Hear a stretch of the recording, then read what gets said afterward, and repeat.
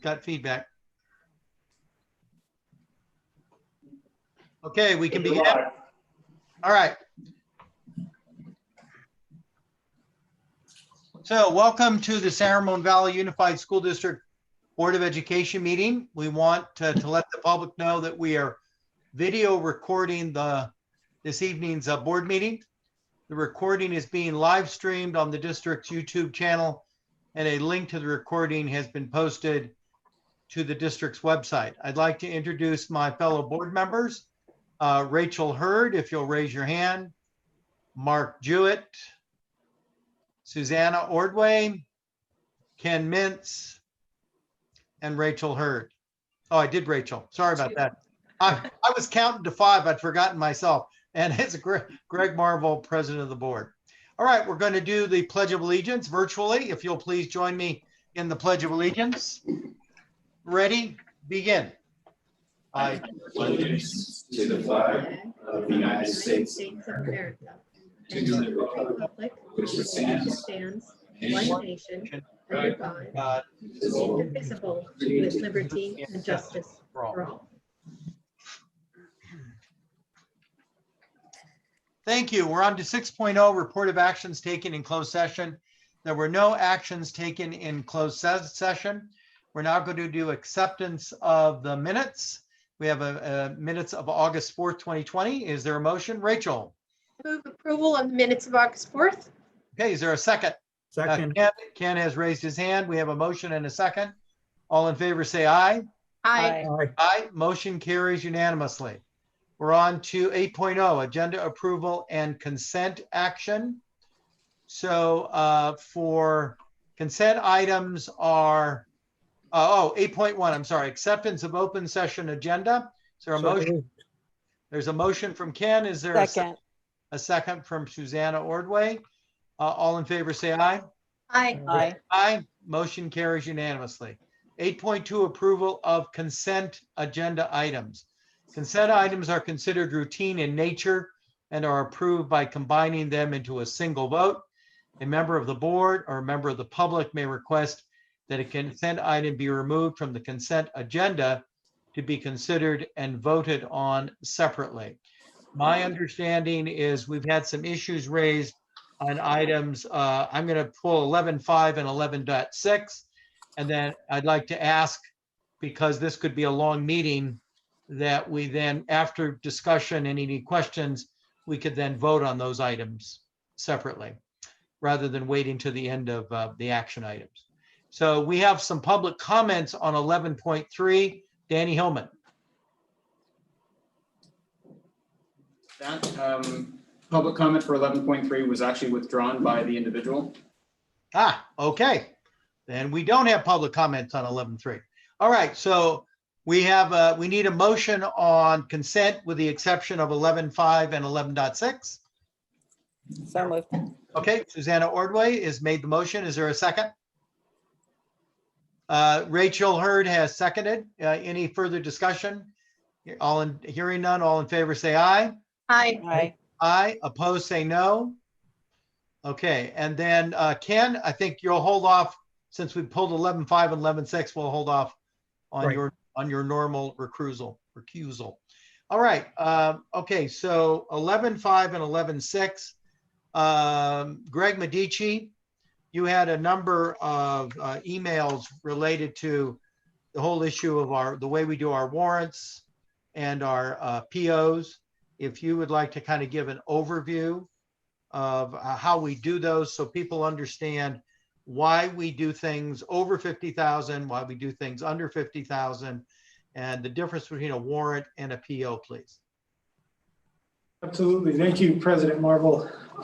So as a reminder to the entire process of everything that both the board approves through all action, whether through approval of warrant registries or the purchase order requests or contract requests over 50,000, all of the financial processes in the business offices are audited annually by third-party auditors, and that includes the actual staff-related processes in terms of who can initiate a request and who can process a request and who can make a payment around a request.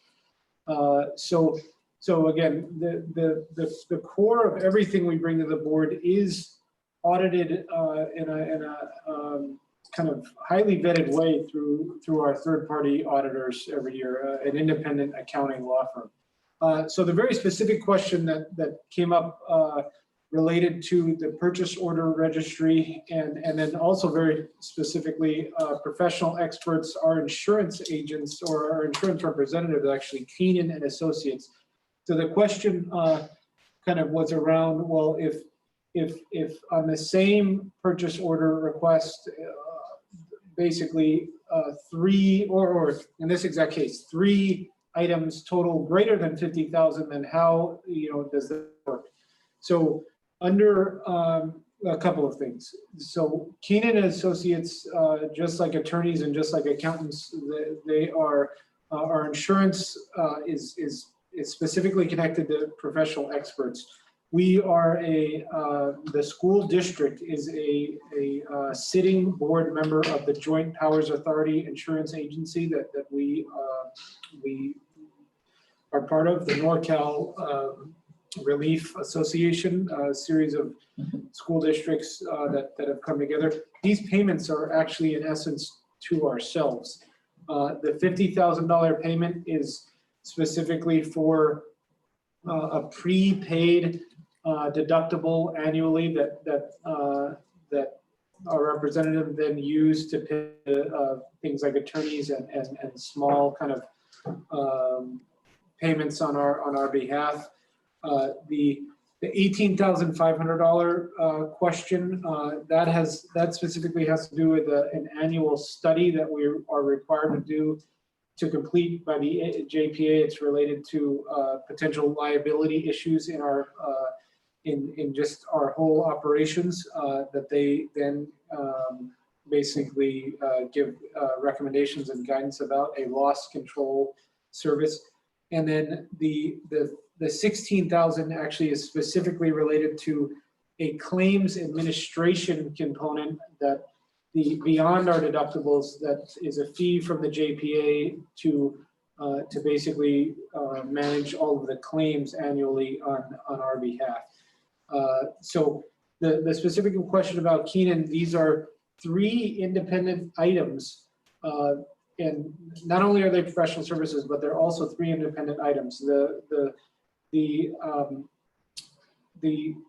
kind of general accepted principles, even from our accountants, around kind of the aggregation of a payment, is that if they're completely separate items, then they do not fall, which is why they're represented in the way they are, under kind of the same project or the same total that exceeds 50,000.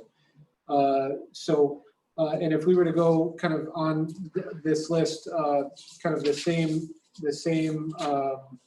kind of logic would apply. If projects are independent, then they don't necessarily get aggregated. But all of that to say that everything that is brought in front of the board, this is the board's approval of the purchase orders. That is literally why we bring them to the board. So I think there was also a kind of premise that maybe the board is or isn't approving something, but these lists are exactly why they are, everything is brought to the board for approval. And so that's how the third party auditors see this entire process. Got it. I have a question. Do the auditors look for the splitting of a item to get under the 50,000? Do they look for that specifically, given that we have a policy against? Absolutely, and so does our staff. So that we absolutely do not split items, and in fact, that's exactly why we have the board agenda item over 50,000, because that's literally on basically every agenda. We would bring an item to the over 50,000 if we had to. It's a very, very simple process, which is exactly how it's designed also to be followed. So good. Okay. So the bottom line, if I could summarize what I'm hearing you say as our CBO, is that the information, there is no single expenditure, whether it's over 50,000 or under 50,000, that ultimately is not up for board approval. Absolutely. Okay. And we have auditors who look at that information to make sure that Absolutely. we're following the rules, not only our rules, because we have ours, but we also have state rules as well in the education and the public contracts code and the government code. There's all kinds of laws that we're required to follow. There was an issue about 50,000. Is the board at all interested in lowering the threshold? Because there's no law about, is it 25? Is it 30? Is it 50? There's no law that indicates that. Given that we're having to approve whether it's under 50 or over 50, is there any desire on the part of board members to lower the threshold to something less than 50? A number of years ago, we raised it. Rachel, I think you were on the board when we did it as well. We raised it from, I believe, 25 to 50 years ago. So is there any desire to do that, to lower that? I'm not seeing any nodding of the heads. There was also a question that was raised about why schools were buying a bunch of paper when restaurants can't hand out paper menus. Why are schools spending thousands of dollars on paper? I think I know the answer, which is you don't know in the summer whether we're going to go back or not. You have to prepare. So you made sure you had supplies to cover the eventuality of when you had to go back. Is that a fair statement? Yes. I would think so. And if we waited till after school started, we would then have the problem of not having sufficient paper supplies at the schools. Correct. Okay, got it. Are there any other questions about the items on 11.5 or 11.6? There was a question that the one parent asked about, could there be more detail on the 11.6 items? In other words, there's a dollar amount, there's what department it's for, the ones that are under 50, I believe, but it doesn't really go into detail about what it's going to do. Yeah, how big a hassle would that be to provide another line of detail, a field, if you will, in the room? Because this is all coming from a database, I would assume. It is. So we have had extensive conversation actually with this exact community member. The business office believes that the information beyond so first of all, information beyond what is presented is always available in a public records way and in an availability way. And we've actually put together Google Drives in specific response in the last few months for greater questions beyond what is provided. Our auditors are in line with what we have provided. We believe that further descriptions and we have some evidence, and including working with the Federal Bureau of Investigation, the real FBI, that in instances where we have provided further information, for instance, in facilities where we specifically carve out some greater detail, that directly correlates in real time with kind of fraudulent purchase orders being kind of sent around on the district's behalf and having to deal with vendors on kind of trying to unwind what is potentially fraudulent transactions. So the business office is certainly open, absolutely open to any feedback the board would like to provide and direct. But it is my belief that what we are providing is exactly in line with what the auditors believe is in line with California law. And I believe that the more detail we provide, the more chance that the district is subject to fraud. Got it. Is there any any board member who feels we need to provide additional information on the public agenda item? I'm not seeing any heads. So bottom line, Mr. Medici, if a member of the public, and I think this is critical, if a member of the public wants to dig deeper, they have the absolute right to do that by contacting the business office and asking for specifics on a particular agendized expenditure on the agenda, correct? Correct. Okay. I think we leave it at that unless there's any other questions from the board. I need, yes, Mark. It's just a comment. The way I view this is there is a difference between tactical and management versus governance and oversight. That's why we established the $50,000 threshold, is because we cannot, as a board, be diving into every single expenditure of every single contract. That's why we establish what we feel is a controllable threshold. These expenses are budgeted for through the budgetary cycle that this board looks at and approves. These expenditures are, to your point, Greg Medici, recorded in the accounts. I can't remember what the actual the California state accounts that we look at every day. I can't remember what the name is, but those accounts serve as the fundamental basis of our audited financial statements. Correct. So there is a direct line of control between these expenditures, given governance and oversight at a $50,000 level. Anything above that, we'll look at individually. Anything below that, we'll approve in the aggregate. However, I know this board looks at each and every one of these expenditures. It's on our docket this evening, and we do ask questions, as you all know. If there's expenditures that jump out at us, we'll ask and we will thank you. So I just want to make sure everybody understands the process from my perspective. Good. All right. Any other questions, comments? Okay, I need a motion on 11.5 because we'll take them as a group, 11.5 and 11.6. I need a motion. I'll move approval. Okay, Mark moved approval. Rachel, your hand was up a second later. Any further discussion? Hearing none, I call for the question. All in favor, say aye.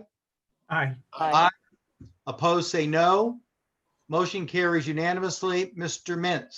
Yes, actually on both 11.5 ratification of warrants and 11.6 ratification of purchase orders. Can the minutes show that I recuse myself on any item having to do with AT&T or other telecommunication providers? Okay, beautiful. Thank you. Thank you. All right, we have, we're on to 9.0 reports to the board. 9, we have some public comments to be read aloud by Danny Hillman. These would be on non-agendized items. Do we have any, Mr. Hillman? Yes, we do have one comment on a non-agenda item. This comment was submitted by Suvit Kumar. Can you please provide to parents a high-level financial statement for the school years 2019-20, 2020-21, and 2021-22? This will help keep the actions taken and financials transparent instead of the black box they seem right now. For example, what were the actual teaching hours during the 2019-20 school year, and what is the projection in 2020-21, 2021-22, period?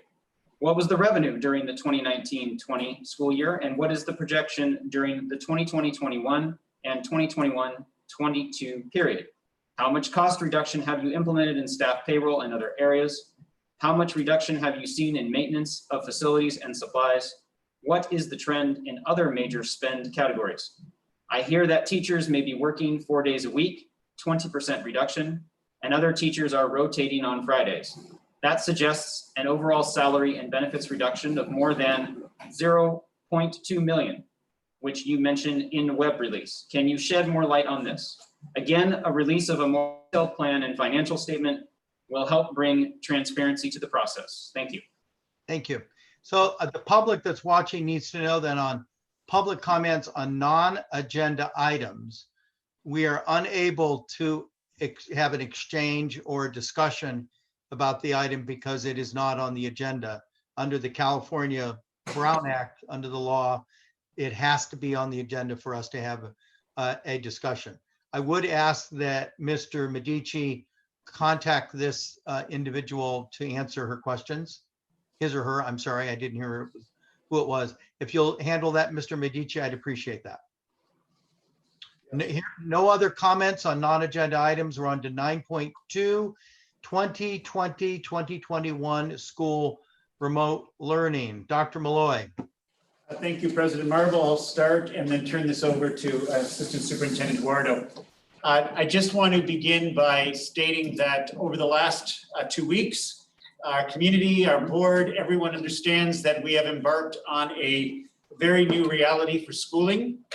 We understand that there were questions and concerns before we started, and we know that we are working through all of them, but I'm happy to report that many of the comments and perspectives we've received from our families is that we started off in remote learning in an effective way.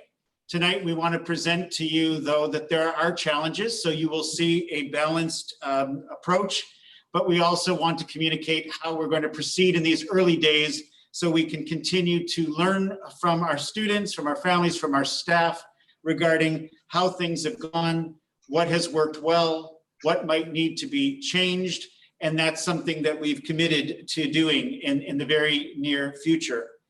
I also need to say that our staff has truly been working very hard to support our students. And I know that I just wanted to comment at the beginning of this presentation on that. And I also want to comment about our parents, especially because of the many comments and perspectives you've already shared and the patience and the flexibility that you've already communicated.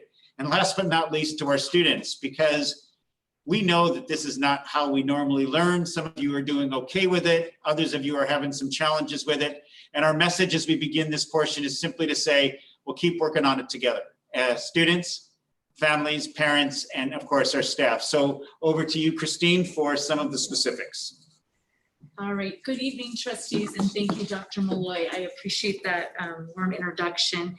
And yes, tonight I wanted to take a moment to really talk about exactly what Dr. Malloy spoke about, a balanced approach, really where we've been in terms of preparing for opening, how things have been going, and then eventually the road ahead and the challenges we faced and how we are further diving into what we need to do to make remote learning better in the interim until we can get our students back into the buildings, which we know is ideally what we would like to happen for all of us. Just gonna wait for a moment till they pull this presentation up for us.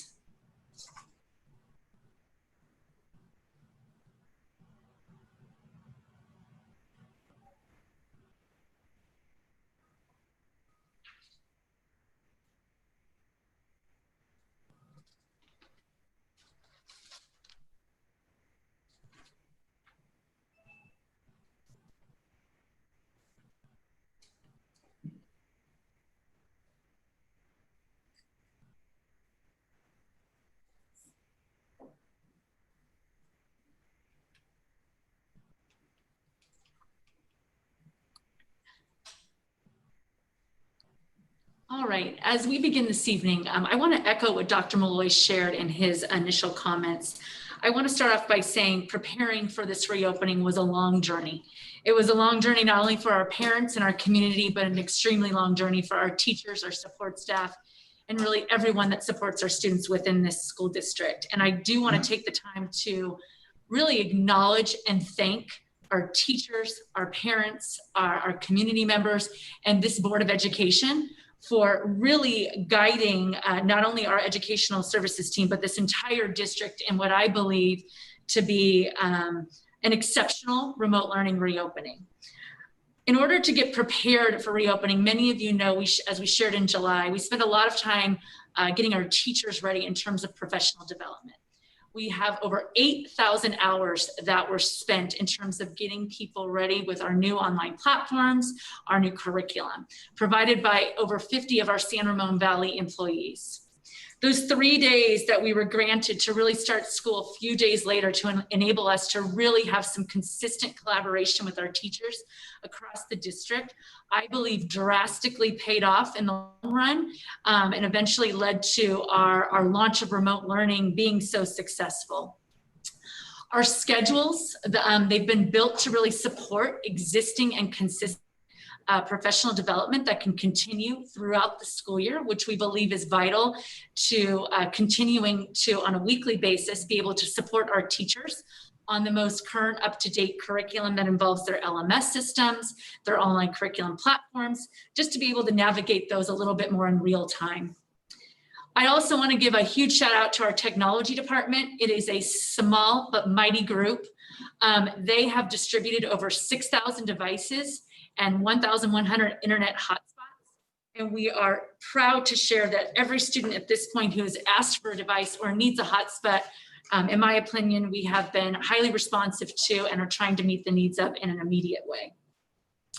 Some opening day highlights. I think many of us anticipated the first days of school looking a little different. I know as a parent, I engaged in my first day of remote learning with my 6th grader and my 2nd grader, like many of you. But I do think we have many things that we want to highlight from our opening days that we believe is important to continue to monitor, but also that we want to celebrate. Our attendance.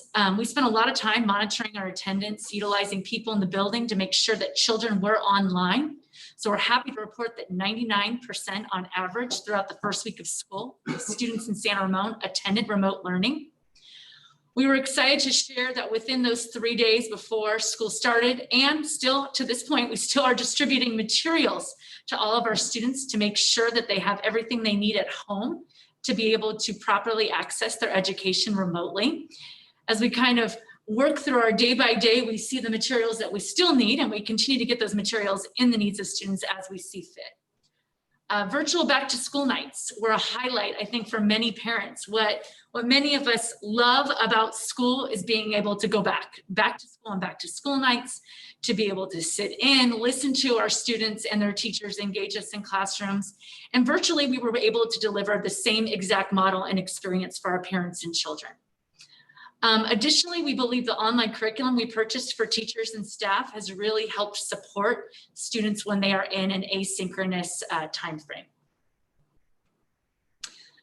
We are really excited to share positive feedback. I think for us, it's always important for our community members and our board to know that we really do listen to the feedback that we receive, whether it's positive, negative, anywhere in between. We take all of that and we really synthesize what are the next best steps to kind of navigate where we are.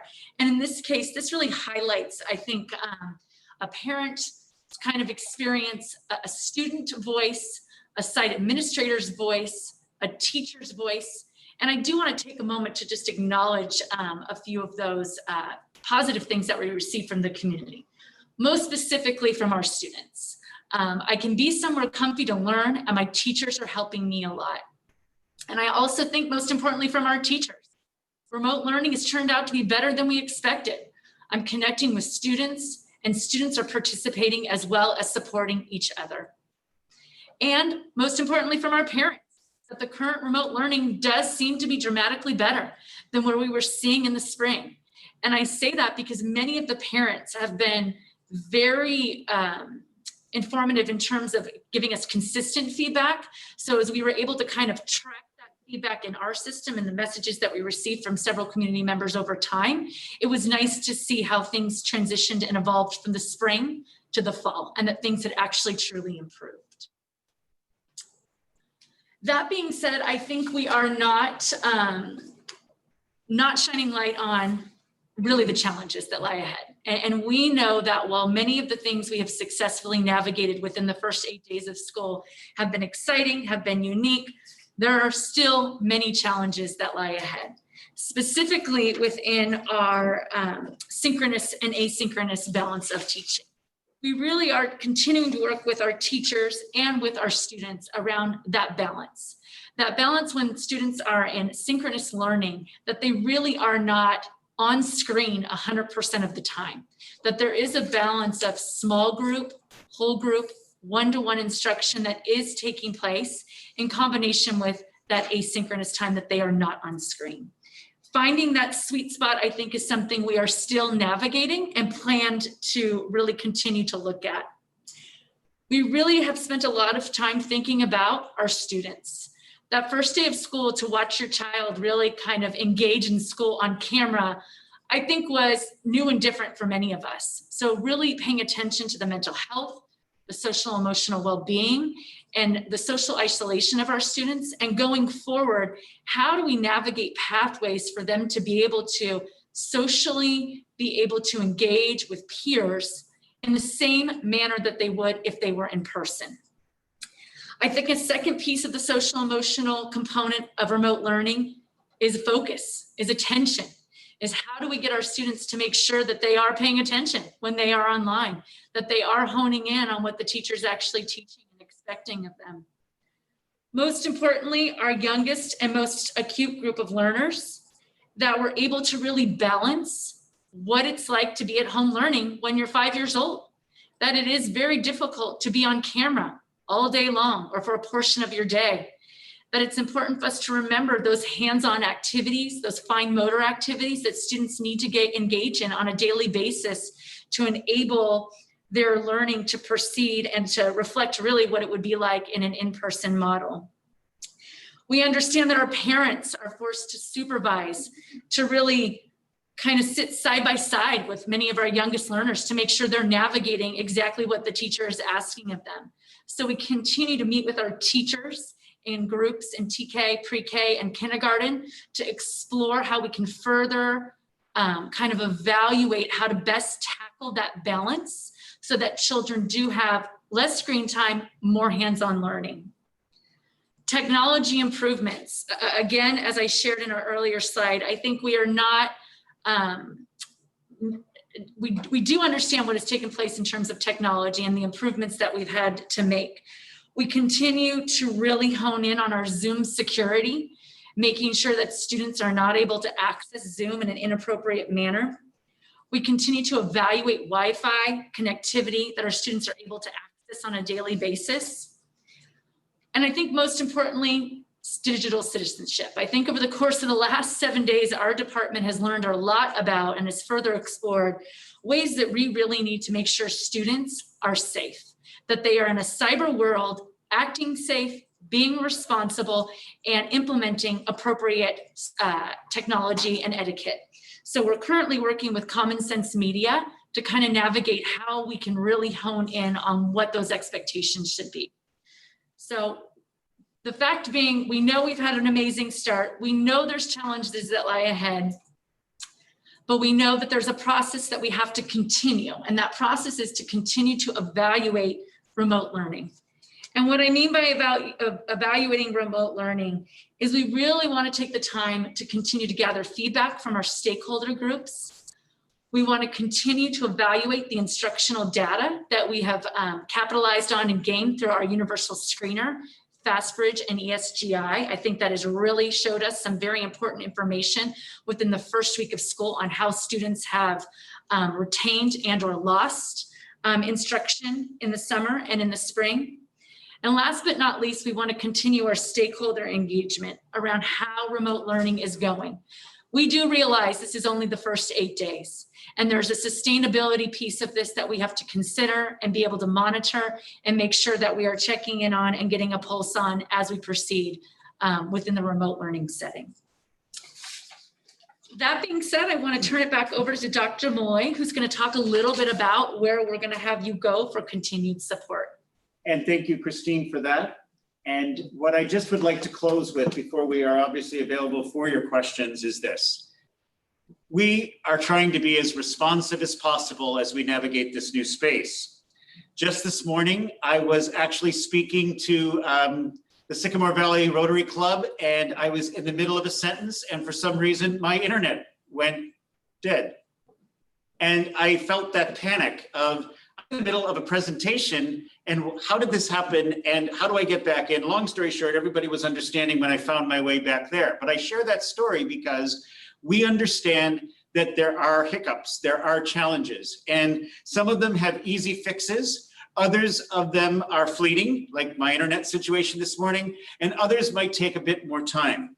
So in an attempt to be as responsive as we can, we do continue to ask you to work with your teacher. If whatever it is that you're wondering about or questioning to our parents I'm speaking to right now, that's where the question could be best answered. And we understand that our counseling support is another place to gain important insights. We also know that principal and assistant principals in the schools that have them provide a really significant site-based approach to resolving issues as well. And then of course, if whatever it is you're still trying to work through is really more systemic or at the district level, we will do everything we can to get your concern to the right place.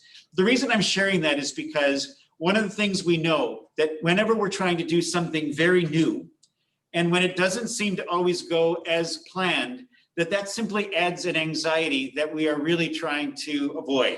We can't avoid it all the time, but we're going to do our very best to be as present as possible to these changing times. And my very last comment is, whether our families that are listening have had a wonderful experience, which we know many have. Maybe some of you have had mixed experiences where lots has been good, but there's some things you would like to shift. And maybe some of you are wondering, how am I going to keep doing this in the way in which it has started? All of that to say, we want to be sure we hear directly from you. I'll be speaking more about this later in the meeting, but to our board, I want to share that we will be next week engaging families again in terms of not only remote learning, but the next steps that we need to take in terms of how to provide the most effective learning opportunities for our students in this pretty challenging time. So with that, that is our brief presentation. And President Marvel, we turn it back to you for any comments or questions that the board may wish to ask of us. Before we do questions or comments, I believe on my, do we have any public comments on this item? Yes, President Marble, we received 11 comments for this item, of which 4 of the individuals asked that their comment be read aloud. Okay. First comment is from Tamara Chrisman. While we are doing remote learning, please keep the robust live synchronous instruction intact for high school, as has been offered since fall began. Please do not reduce those live synchronous instructional minutes. Live synchronous instruction is the gold standard for remote learning. My son is learning far more right now than he did last spring, as he is not an independent learner and needs lots of live teacher instruction. It is difficult to learn physics and calculus without hours of teacher instruction. He cannot teach himself by watching videos and turning in posted assignments. Moreover, live synchronous teaching will make a more seamless return to hybrid or full-time in-person teaching, as the instruction will be nearly identical for those students' families, whether in school or at home, and all students will share a similar experience. Finally, please work hard to return to hybrid or full-time in-person as soon as possible. Next comment was submitted by Monica Miller. Good evening, thank you for your continued work. I wanted to start off with letting you know what a wonderful job our teachers are doing during remote learning. All their hard work is much appreciated by their students and parents. I wanted to give you feedback on 2 items that have come up during remote learning, and I hope you will take them under consideration to change or adjust. Number 1, lunchtime. Please consider during remote learning, when students are at home, making lunch at the same time and maybe an hour for all school levels. It's very difficult when you have multiple children at different schools and their lunchtime is at a different time. Please consider and think about the parents who are trying to do their jobs, help all their kids, and now feed multiple kids at different times. When is the parent eating?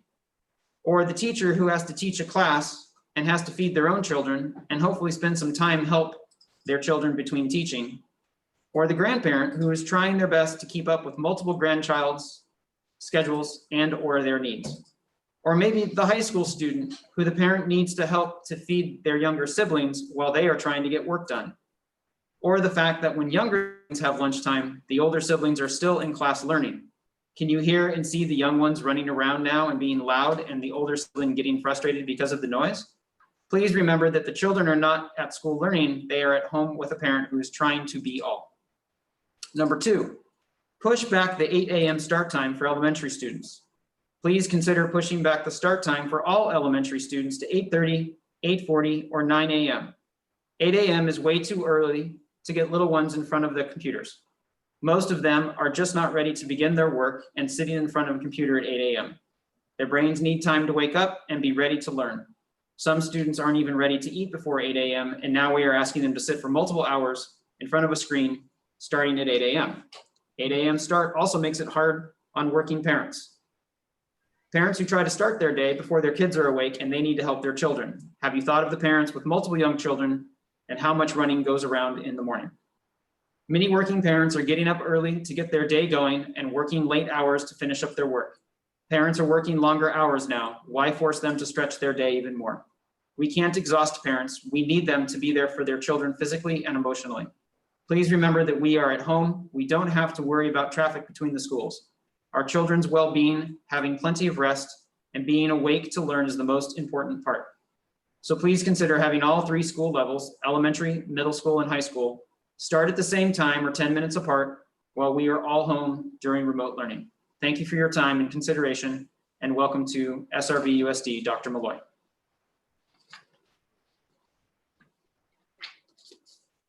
The next comment was submitted by Beverly Kumar.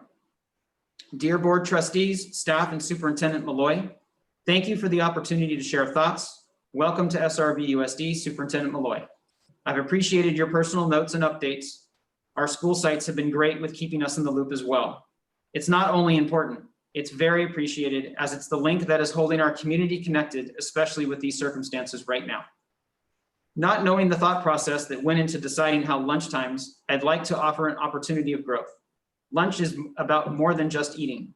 It's a time to connect with one another. It's a time to read, garden, take a walk, play, catch up on the outside world. It's a learning opportunity to teach independence and life skills with helping with fresh food prep and cleanup. It's a time to de-stress and regroup before beginning the rest of the day's work ahead, especially important when we factor in screen time and developing eyes. Please consider earmarking an hour for lunch at the same time across the district, not only for students, but teachers and staff as well. Right now, many children in the same household cannot even eat lunch together because they have different lunch periods. In partnership, let's work together. In class, traditional, learning cannot be duplicated in a remote distance learning setting. We shouldn't be trying to mirror a schedule of a traditional school day. It's simply not the same.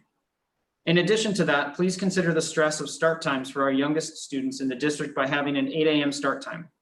We no longer have pickup and drop off at the school sites, so parents getting to work shouldn't be factored into the equation when deciding start times. There is no rule written that when and if we go back to a traditional in-person on-campus environment, that the schedule can't be changed back. After all, we have done that schedule for years. We know what it looks like. It's an easy adaptation. That said, our overall experience so far has been positive. Thank you. My children are so excited to see their teachers and reconnect with others. The last comment was submitted by Kathy Silza, I believe. Please confirm that Infinite Campus will be the location to track high school student progress, and please let the public know how often Infinite Campus will be updated. Thus far, only one class for my high schooler is mapped progress through IC, but for that one class, I can see his progress with only one click. The Reopening Together guide indicates that Infinite Campus will house the updates, so I just want to ensure that lack of updates in Infinite Campus is due to it being early in the year and not due to there being a change in direction. I have not yet determined if Google Classroom offers that kind of robust updating. Thus far for Google Classroom, the only way I figured out how to determine if assignments are being graded and grade received is to click on each individual class and then each individual assignment. Is there a guidebook for Google Classroom that can teach us, or is it simply that there is no easier way? Thank you. Thank you. I think that's a good question about Infinite Campus. Can somebody give us an answer on that? Anybody? Yes. Sorry. So for Infinite Campus, we are working through the directions right now, actually. We're going to have an update that goes out, a weekly update to the community about not only what parents can expect, but when they can expect it. One of the key things right now is we want to make sure that our staff members know how to use Infinite Campus the correct way. And we don't want to have parents accessing, looking for things if teachers are still learning how to use it. So we're doing two things at once, developing the guide of what parents can do and how it will be done. We can give them a timeline. And at the same time, we want to work with our staff members so that they're well equipped, so they know the ins and outs. Okay. Thank you. All right, questions and comments from board members. Who would like to begin? Raise a hand. Anybody? Okay, Mark. I'll go to Susanna. I've let off most of these, and I don't really have that much tonight. So Susanna, please. Susanna, go for it. Yeah, no, I was just going to make a comment saying that, thank you for everyone. Actually, I mean, this, has been, very brand new, right? Uncharted territory. So everyone's, trying their best, I know. And there have been, challenges and stuff. But again, it's it's been only 8 days, right? And there have been a lot of feedback coming back, I believe, to the board, as well as I'm sure even more to the district. And so I think that, I'm confident district is making adjustments. There are certain things about, with regards to like schedules or lunches and things like that. I don't know. I think we have to probably get maybe even more feedback to really see how, easy or difficult, right, to adjust. But I expect there to be some tweaking in terms of remote learning and how we're doing it. I know the teachers have been, wonderful. I mean, they've put in tremendous effort. And I've heard a lot of great things. I've seen some of the, sites and stuff. And so I really want to give them kind of a shout out. And also with regards to, not only teachers, but I know that teachers and site administrators and staff, because I know that when I work with my students and stuff, I've been actively asking for feedback of the students. And of course, I work with high school students. So at least for high school, and I think that with this landscape where I think they were a little nervous in the beginning, especially with like schedule changes, like a class change, if they need a class change, right, and stuff, and they couldn't get their hold of their counselor the first, call or email or something like that. They were a little bit anxious, but, they have all come back and said, oh no, it was fine. They got back to me and scheduled me on my classes. So I think that commend all the students and the parents too for, being patient at this time while, again, after the first full week, right, of school. So just want to give my comments there. Thank you, Susanna. Mark? Yeah, before I focus in on some of the challenges and ask questions, just a little bit of personal feedback for the entire organization is, as most of you know, I have 2 high schoolers and their academic journeys are approached from different perspectives. And even though these diverse perspectives exist in my family, their needs are being met through this online remote learning. It is very encouraging to me to see the lift in their step. Since August 14th, they are engaged or engaging with me and my wife a lot more than they used to. They are happy. It is working for high schoolers, I believe, and that is my personal feedback to you. So any teacher, administrator who's touching my 2 children, thank you. You guys are awesome, and I appreciate everything you're doing. Couple of questions. We talked about continued engagement with the public and our families.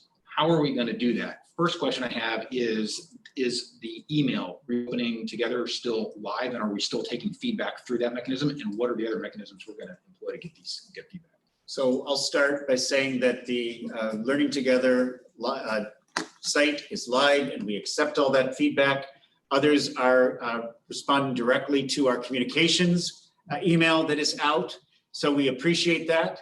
When you send emails to any of us, you may get a response from one of us, but I promise you we are reading everything that we receive.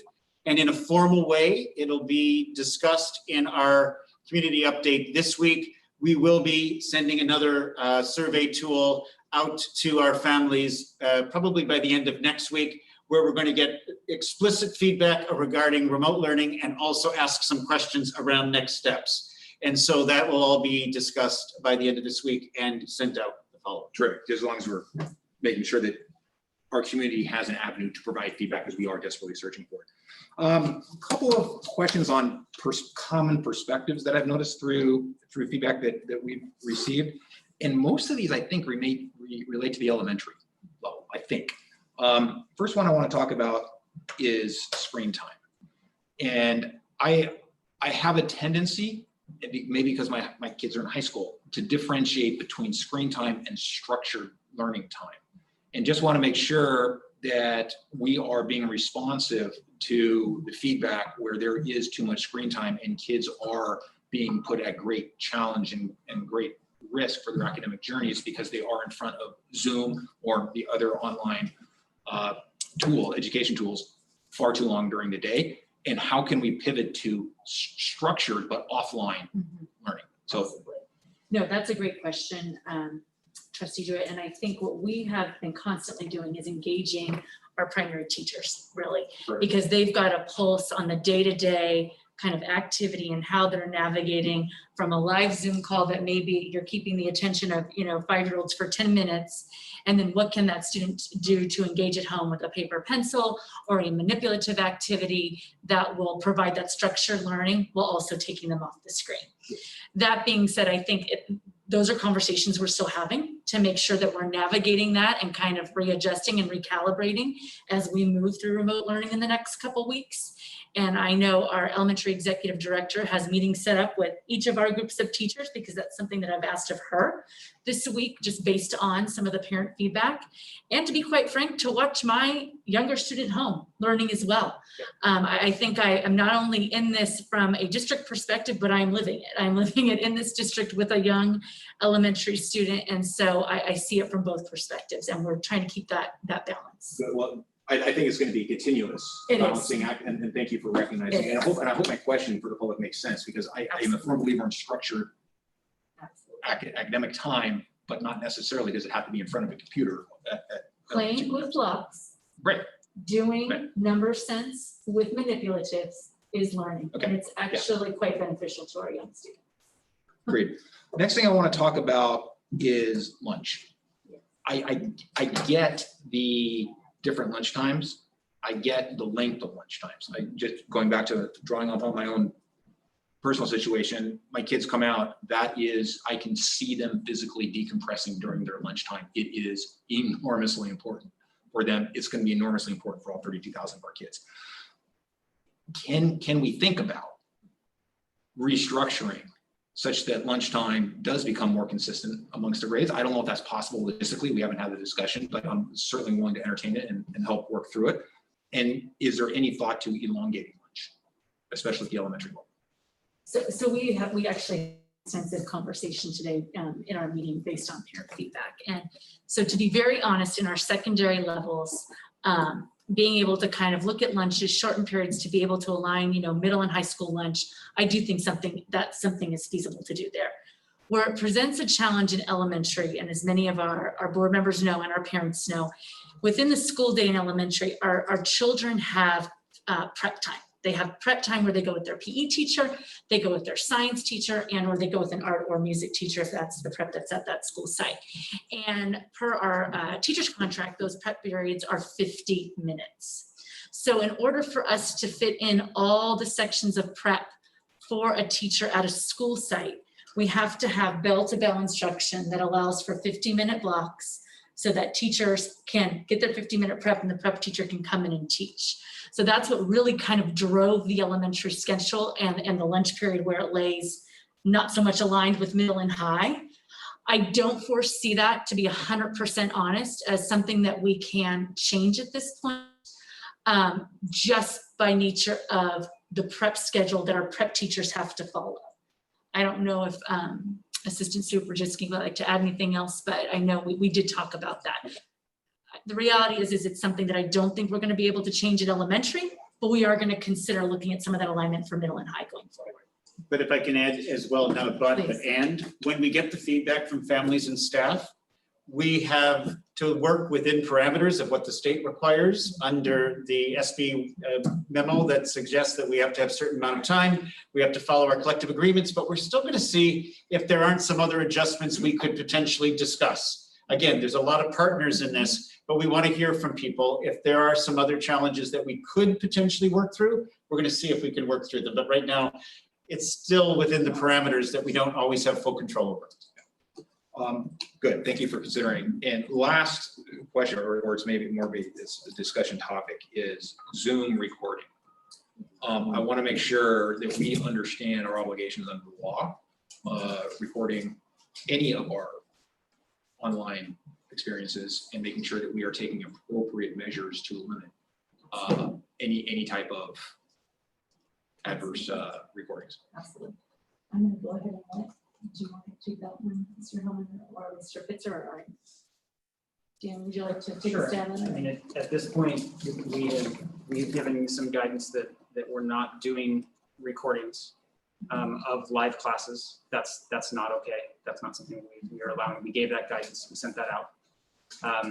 That's not to say that a teacher couldn't pre-record a lesson in a flipped classroom sort of situation and present it. That's different, and that counts as the timing, and it's all fine. And we've talked about that with our teachers group. So there presents too many problems to try to record a live session, because the way Zoom works is, the person talking, that person's face is on the screen, and as soon as that happens, you have students on the screen, and we don't want that to be recorded. Exactly right. I just want to make sure the community understands we are aware and we're on top of it. Yes.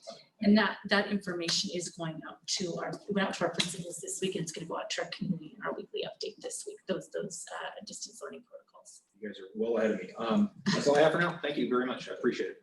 Okay. Anybody else would like to ask questions or have a comment? Yes, Ken. Yeah, just a quick comment. First, it goes without saying, and we probably said it a lot already, but just thank you to everyone. And keep in mind, we are after just the first week in school. If you think about even under normal circumstances, there's a lot of tweaking that goes on and people getting used to being in classrooms and scheduling and everything else. So you could expect that we're going to see a certain amount of that even in a regular environment. But I think that everyone's done just a tremendous job to this point in trying to create, a well-functioning, structured program from everything that I can see.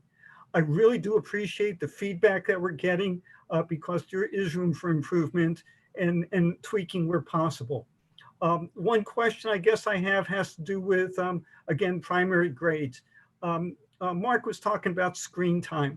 I'd also like to look at in terms of just sitting time and how much we're having our kids not just switch away from the screen to paper and pen, but actually being able to get up, move around. I'm just thinking about how I am in Zoom meetings all day. You get to a point where you get kind of squirmy. To imagine a 5 or 6 or 7-year-old trying to do that as well. So can we have a little bit of conversation, just some update on, how we work that into it as well? Not just screen time, but movement. So thank you for that question. I'll start and then turn it over to Christine. I think one of the things that we've been thinking about is how do we take the expectations and ensure that it works for all of our students? So, there was so much worry that we wouldn't be able to provide enough structure or that there wasn't going to be enough learning time. And I know that that was certainly the concern families shared with us from the spring. So I do know in these first days, I'm very grateful that, our staff has really done everything they can to provide that. But we're also getting better as we go too. And when we think about synchronous learning, which is that real-time learning, and as Christine said, there's different ways to do that. And there's a whole other portion of the learning time, 40% for our students that are on their own, for example, or maybe even collaborating with kids in, away from the space that is the classroom space in terms of collaborating on assignments. All I'm saying there is, we know that we've got to be more intentional in terms of the support we provide to our students to get up and move, to do things in a different fashion. And we need to support our teachers who are doing such great work and wanting to do everything to the best possible way they can. That kind of creativity is also part of what we're supporting. So those are a few comments that I wanted to make. Christine, if you wanted to add anything to that? I think you answered it beautifully. And I think, I definitely want to give a shout out to our teachers who use their professional judgment on a daily basis, who know how to navigate a classroom. And I think I've witnessed it myself, watching them navigate it in a virtual setting. I've seen things from, let's get up and take a 5-minute movement break to let's do a scavenger hunt. So I think it's trusting our professionals in the building and on the calls to kind of read the energy as much as we read it in the classroom. How do you read that virtually? I think we've all sat on those Zoom calls where you see people starting to kind of zone in, zone out. And I think our teachers are beginning to navigate their students and that classroom setting and really when those kids warrant a break and how they can do that in creative different ways for our little friends, because they definitely need those frequent movement breaks. As someone who has witnessed that in person, it's a definite must. Thank you very much. I appreciate the answer because I know it's a complex situation. And I hope that our parents who, are really being challenged, many of them being very challenged by being home with their kids and playing a more active role with them in their education and home life right now. I just hope everyone recognizes that it is a challenge across the board. It's complex and it creates a lot of balance. And to just keep that in mind as we move forward, as we look at transitions to whatever is next and whenever that is, but also the tweaks that need to occur just as we go forward to continue to improve the program. So I just want to thank everyone for the efforts that we're putting in so far. It's looking so much better from what we had to endure in the springtime as everyone was trying to, as I've said before, trying to create the airplane while it's in the air. This one, it seems like a pretty smooth flight so far. So thank you all for that. Any other comments, Ken, or questions? No, that's it. Thank you. Okay, Rachel, any comments or questions? I think all my questions have been covered, so I'll just add my thanks to everyone. Teaching staff, you've been phenomenal, and I just want you to know that we all recognize the incredible commitment and investment you had to put in very, very quickly to learn all these tools, and it's noticed and it's appreciated. Same thing for the rest of staff in the district office, how thoughtful and how careful you've been through all of this, and each new nuanced question that comes, you treat like a new one, and you just have shown how professional you are throughout all of this. And to our families, we all know this is hard. No one asked for this. And throughout this pandemic, I keep thinking about what it would have been like to have been in Europe in World War II or through the bombing of London. And when you put it in that perspective, while this is hard, it's not as hard as that was. And they didn't have the opportunity for online school there. And so I think sometimes when we're feeling down about this and when we're stressed out, it's important to take a deep breath and realize that while it's not perfect, it's pretty darn good considering the circumstances. And I just think that that is a perspective all of us need to remind ourselves of, because we have been very protected and very sheltered here in Danville and San Ramon and Alamo. And we have excellent professionals working on this who have your children's best interest at heart, including your 5 board members. Okay, thank you. All the questions that I had were covered already. I want to echo my compliments to staff, to administrators, to our incredible core of teachers that are doing a phenomenal job. I'm not going to say who said it because she didn't give me permission, but I want to read an email that I did receive from a parent that I think sums it up for the vast majority. I have received some emails from parents that have found issues, and I want those to continue. It's absolutely critical that we get feedback from, because you're our customers. You and your kids are our customers, and we need to know where we're missing the mark so that we can adjust accordingly. So comment from one parent was, I would like to commend you for a strong start to distance learning. So far, my children are engaged and enjoying this platform. The teachers have gone above and beyond to make this modality work as smoothly as possible. Thank you for putting in the time, the effort, and the energy to make this school year a safe one for our staff, teachers, and children. There will be many bumps along the road, but that has to be expected as we navigate through these uncertain times. We all ultimately want our kids back in the classroom, but I thank you for implementing remote learning now so that we can return to campuses when it's completely safe for all. So I wanted to thank that parent for submitting that. I think it pretty much summed up what the vast majority of emails are saying that we as board members are receiving, with an absolute acknowledgement that there will be issues that we have with individuals where it isn't working.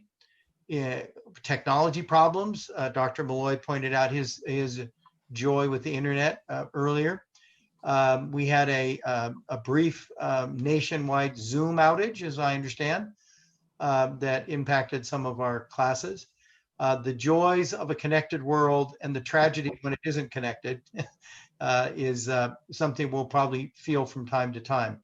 I run a cloud-based software company, and I can tell you the internet is not a 100% certain by any means. There are times when it absolutely will go out, and we'll have to roll with those punches when they come. I said it again, I want to end with that in terms of requests to parents. It is absolutely critical that you provide us feedback so we know where we need to improve. And this is just part of the journey as we get through the pandemic of 2020. We're going to also now be talking briefly about reopening and what that's going to look like, and in terms of what the state and the county are going to require if we want to do in person. But I want to again shout out to our teachers, to our administrators, and to our parents, because they're heavily involved in this as well. Wow, you've done a phenomenal job. Thank you. We all recognize that we'd all prefer to be in person, but given the circumstances that we're under, I think we're doing a phenomenal job about delivering the best quality that we can, an instructional experience for our kids that keeps them moving on their journey of learning. Thank you so much for everything you all do. And with that, if there's no more comments or questions from staff, we're going to move on to the next item, which is item 9.3, consideration of return to school criteria. Dr. Malloy.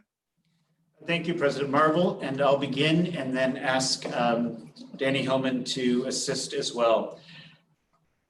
It is so important, and before I do that, do we need to do comments at this point, or do they come after, Danny? We typically do comments after the presentation from staff. Thank you so much. I was just looking to be sure I wasn't missing a cue as I learned how to do things properly. Thank you, President Marvel. So I want to start by saying that in the month that I've been here in the San Ramon Valley Unified School District, I would suggest that the amount of responses that staff, and I'm guessing the board as well, has received have been around the differing views that exist around how will we return, when will we return, and what conditions would allow that return to be safe. And I think you've already heard me share previously, and I'll share again, that there continues to be very, very different opinions regarding how it is that we should proceed.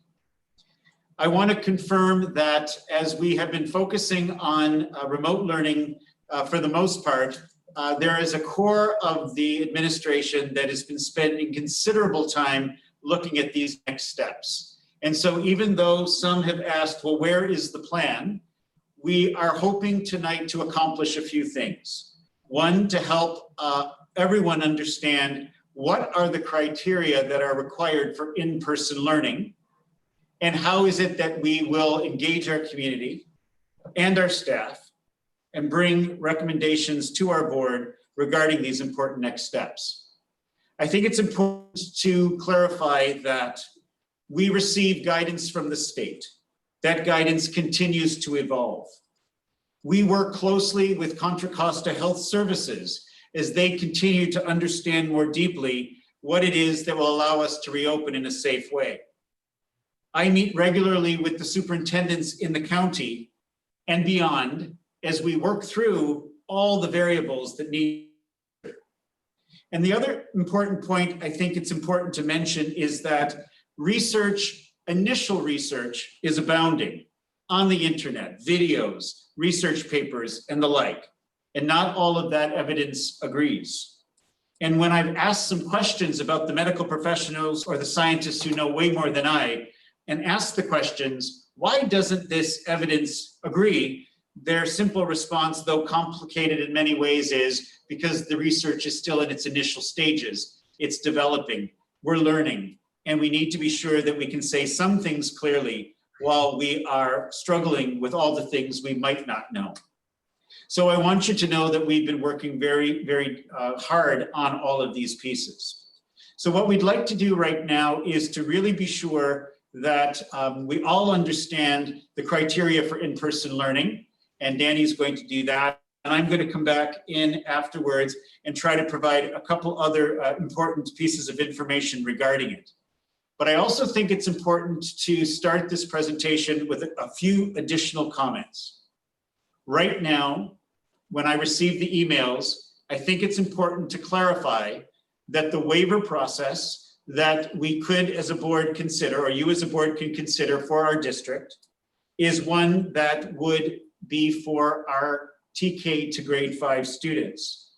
That this particular process would be one we would need to apply for, assuming that we remain on the state list.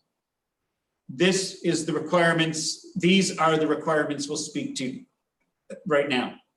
But I also need to clarify that at some point, we could fall off that state list. We could come off of it, and then there would be a period of 14 days that would be following before we could move into some form of in-person learning. And at that point, the difference would be that our board would oversee the requirements to be sure that students are safe, that our staff are safe, and so forth. The reason I'm mentioning this is for 2 reasons. One, this is a very complex and layered process. This is not something where we're in remote learning today and we could move to hybrid learning tomorrow, for example.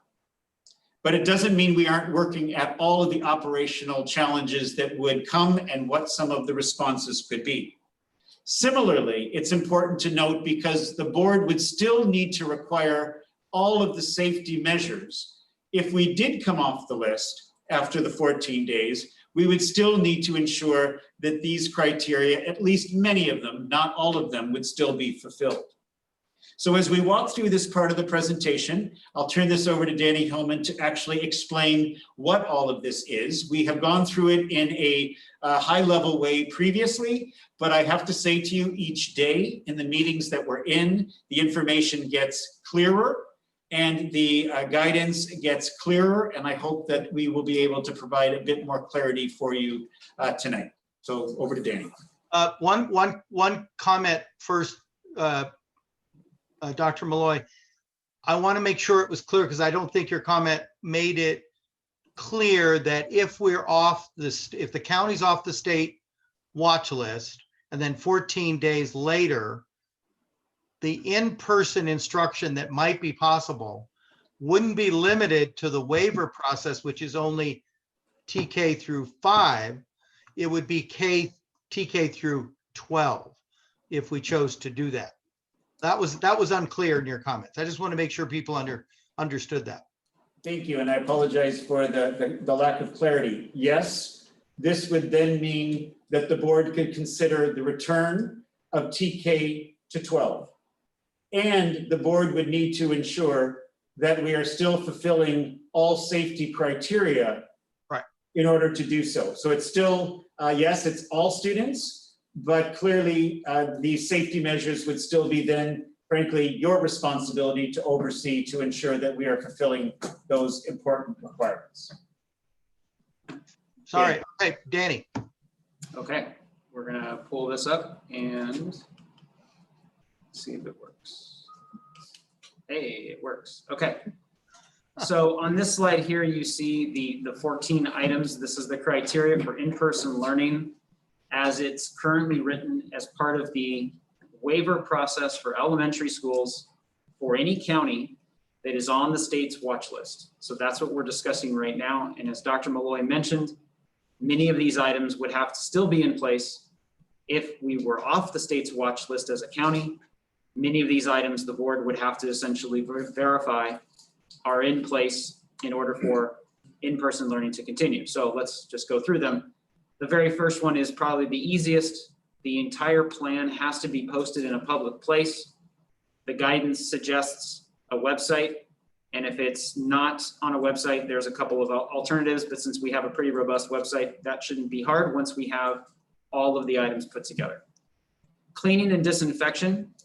We do have a cleaning and disinfection protocol that has to be detailed, which we have, that discusses how different surfaces would be cleaned and disinfected and sanitized on a regular basis. And then there also has to be a portion of the cleaning and disinfection protocol that is in the plan that discusses what happens if there is an outbreak, which we'll come back to later. The next item is about cohorts. The cohorting is essentially described as keeping students in small, stable groups with what they're calling fixed membership. And that fixed membership means that the students have to stay together for all of their activities. So if they are together for instruction, they have to stay together for lunch. They have to stay together for recess. And the whole purpose would be to minimize or avoid any contact with any other groups or other cohorts that are on the campus or any playground or anything like that. The cohorting is an important part of this, and we'll again come back to this one in a minute for a little more detail, because this is how it links to another item, which would be contact tracing, which we'll come back to.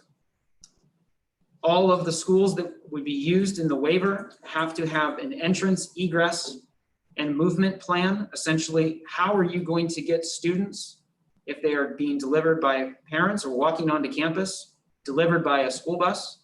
How do you get them into a building, into classrooms, out of a building? How do they move throughout the campus?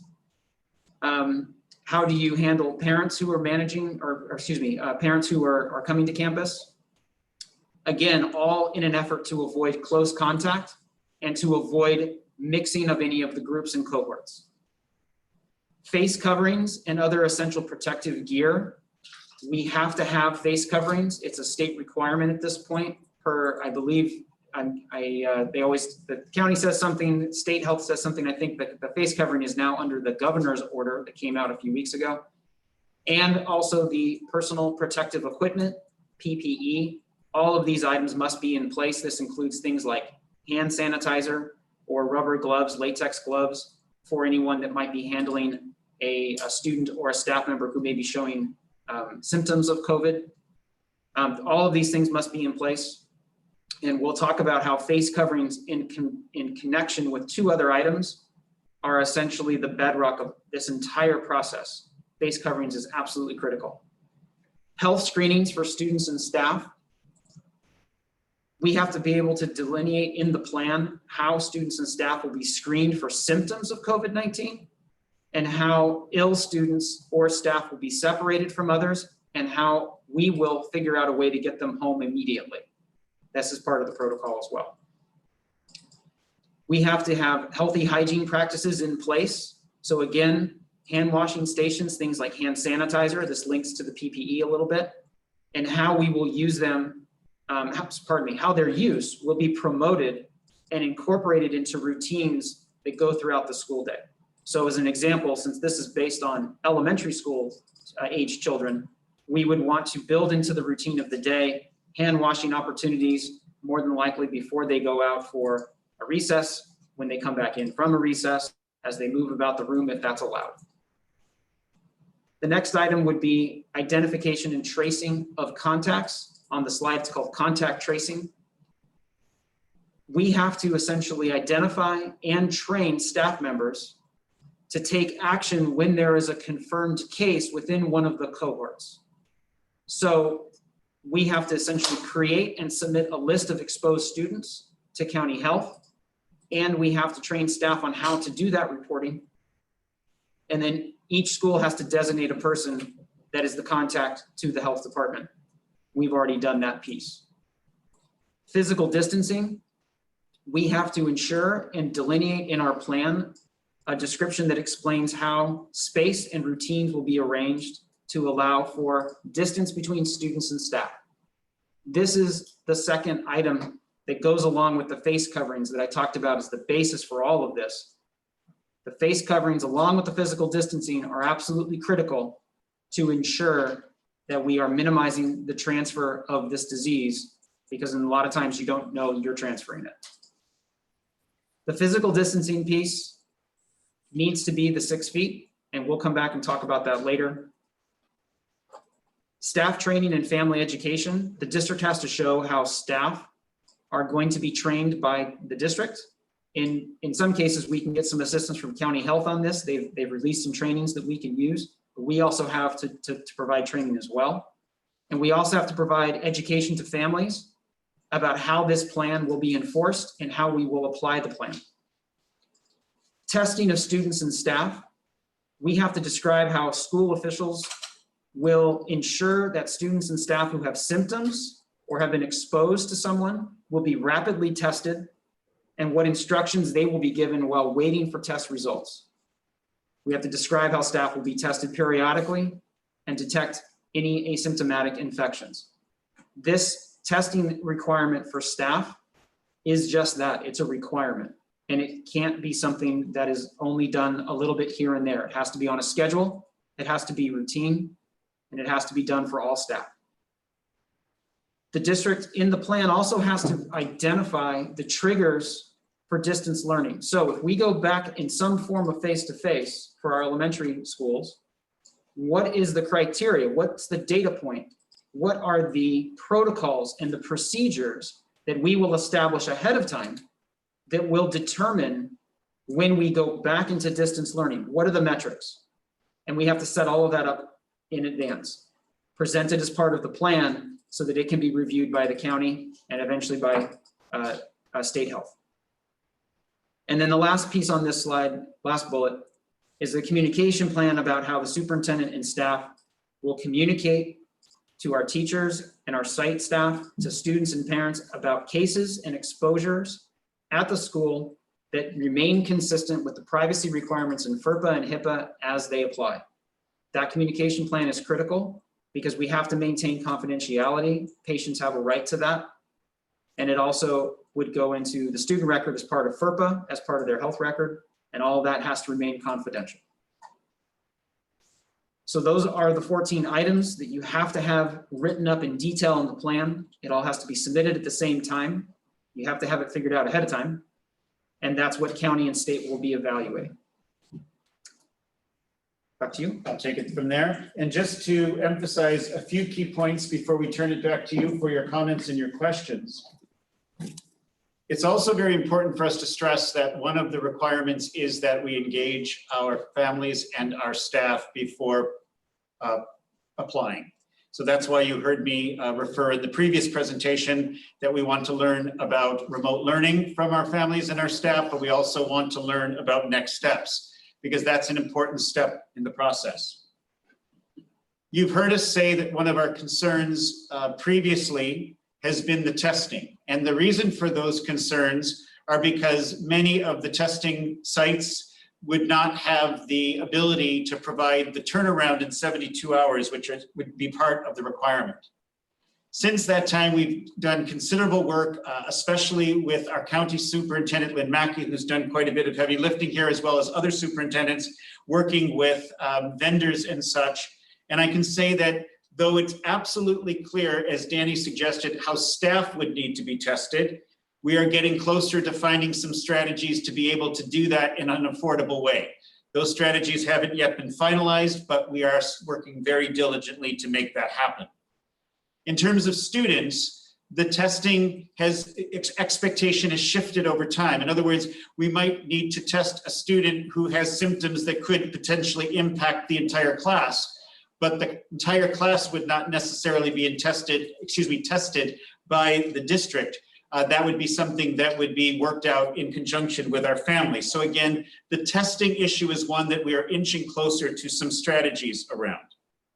We were concerned contact tracing because again, we would work in consultation with Contra Costa Health Services, but we would have to do quite a bit of the work. But as we've been thinking through this, the concept of the cohort, as Danny defined it, which is that stable, small group, really allows us to do the contact tracing work much more effectively, because in essence, if we are able to move forward and remain in the cohort, then we would actually know who had contact with one another.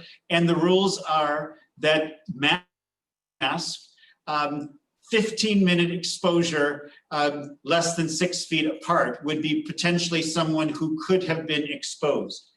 One of the things that I have appreciated over the last 2 weeks is how clear our partners at Contra Costa Health Services have continued to try to assist us because we need this clarity in order to move forward with any planning.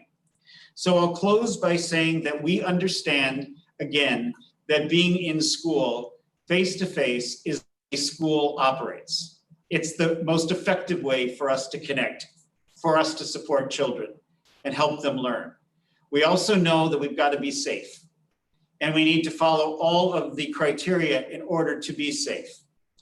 We also know that stability in these very unstable times is something that we're really thinking a lot about. And we're also conscious of the operational challenges, not only all of the collaboration that would need to be happening before we were to apply for a waiver, but we also understand that moving into a different face-to-face model would also require some real important issues to be dealt with related to staffing, who your teacher would be, and timetabling and the like. The reason I'm sharing these things is not to end our presentation in a negative way, because we really have been working hard to figure out how to be sure that we can offer options for our families that include face-to-face, the waiver, kindergarten to fifth grade, and then hopefully someday soon when we are off the list to all of our students. But we also know that it would be very important for us to communicate the complexity, the different layers, and how those things, as much as we wish they could be done quickly, simply take time. So back to you, President Marble, and to the board, but we hope that we've at least provided a bit more clarity and that we've communicated the steps we've been taking. And we hope to be able to answer any questions that you may have. And if we can't answer the questions, because I've also learned something very important. No one in this room is the medical expert. No one in this room is the scientist. We've all been striving to learn, but there may be things that we can answer based upon that type of information we've received.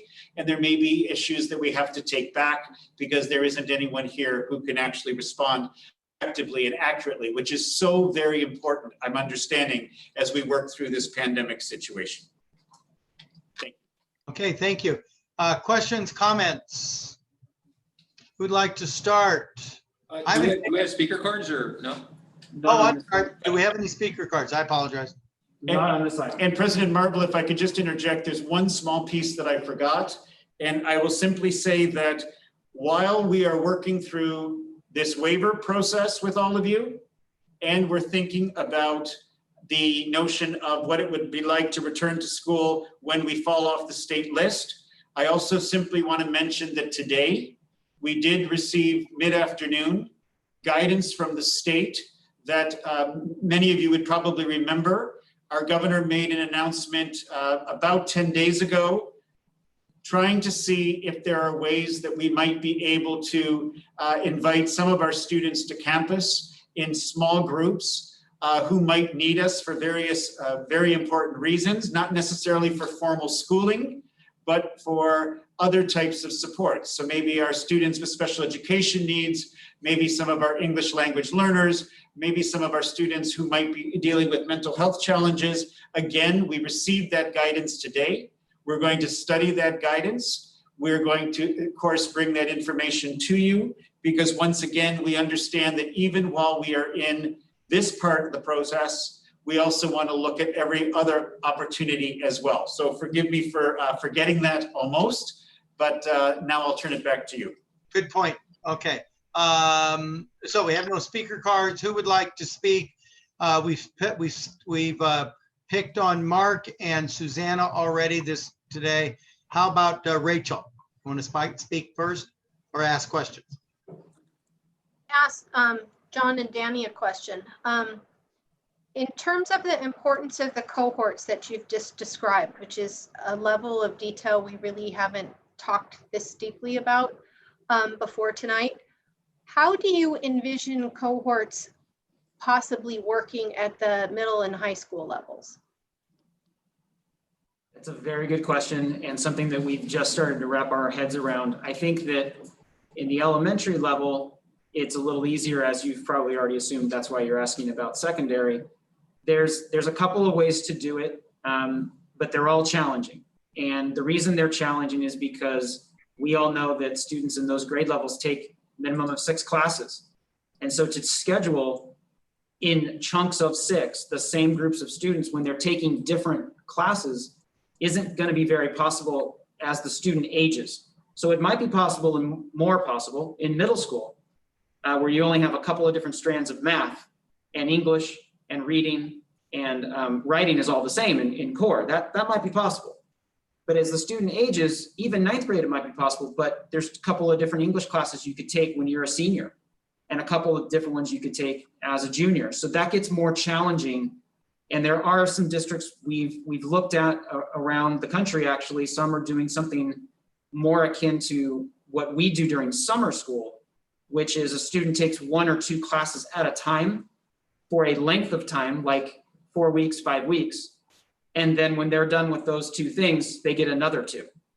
So what we would be able to do in that situation is you would essentially be able to cohort the students and say, class 1, their first period class and their second period class, there'd be very little movement. They would see that same person for most of their day for a couple of weeks or a length of time. Then when they complete those 2, they then take on periods 3 and 4, as an example. Some districts are doing that. I haven't heard of anyone nearby doing that. Most of our secondary, especially 9 through 12 partners around the county are doing something more along the lines of a hybrid A/B split, but no one's in person right now. So I don't know if they would go back and change their current remote hybrid plan to something different if they had an opportunity to be in person.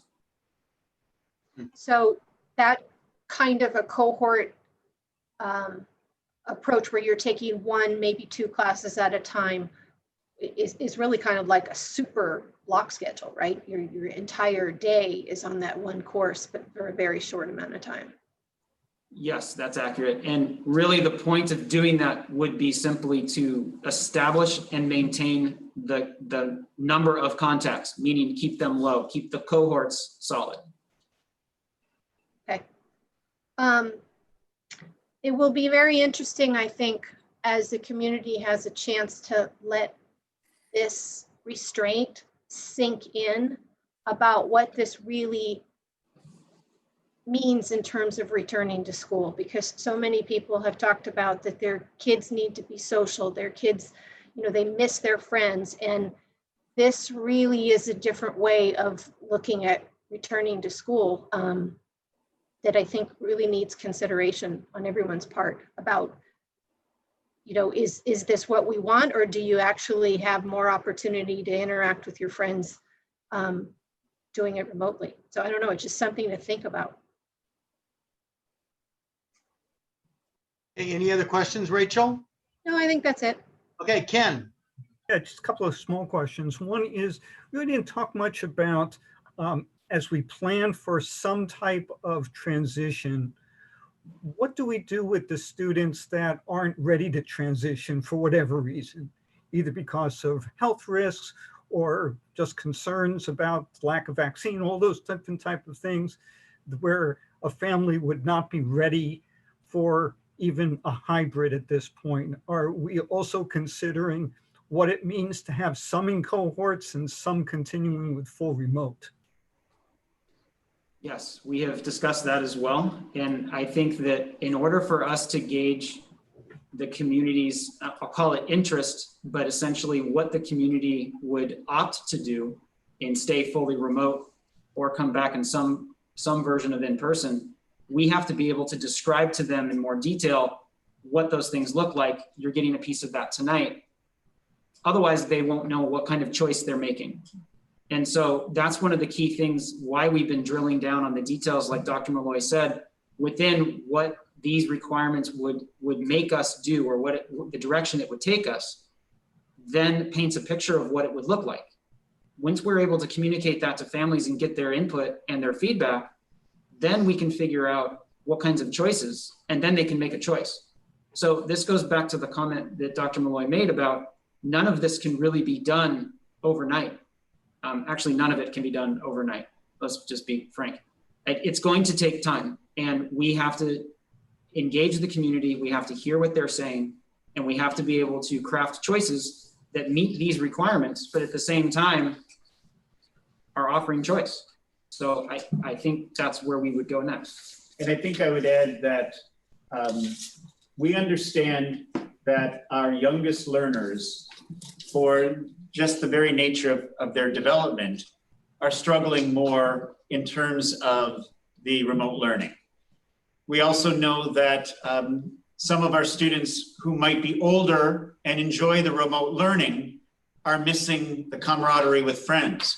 So one of the other pieces we've really jumped into is, even if a family chooses remote learning because of that model working in terms of the learning part, how might we be able to use some of the other guidance we've received safely to work through some of the well-being social parts? So again, the difficulty is that with the information coming at us kind of in the way it does, we keep trying to figure out what are all the pieces of information that our families would need to give us a good indication of what they would choose.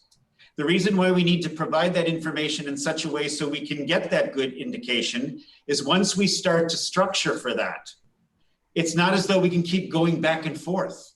See, that's the other piece of the puzzle that I think is going to be very challenging, because we have to change staffing models to meet whatever model we move to. We would need to be sure that families make a commitment to whatever choice that they wish to make. So we understand we need to get as much information as we can. We understand some will choose remote for various reasons. And then we need to be sure that we can bring that all back to the board. Because I think the most important piece that has helped me understand this in the last 2 weeks from the work that I've done is this cohort physical distancing piece with the masks when the virus is at lower numbers in our community, which we all know in our 3 communities is low. But the physical distancing, cohorting, and the masking remains important. And that's the reason why you're hearing us speak in the way we are about what our options are in that context.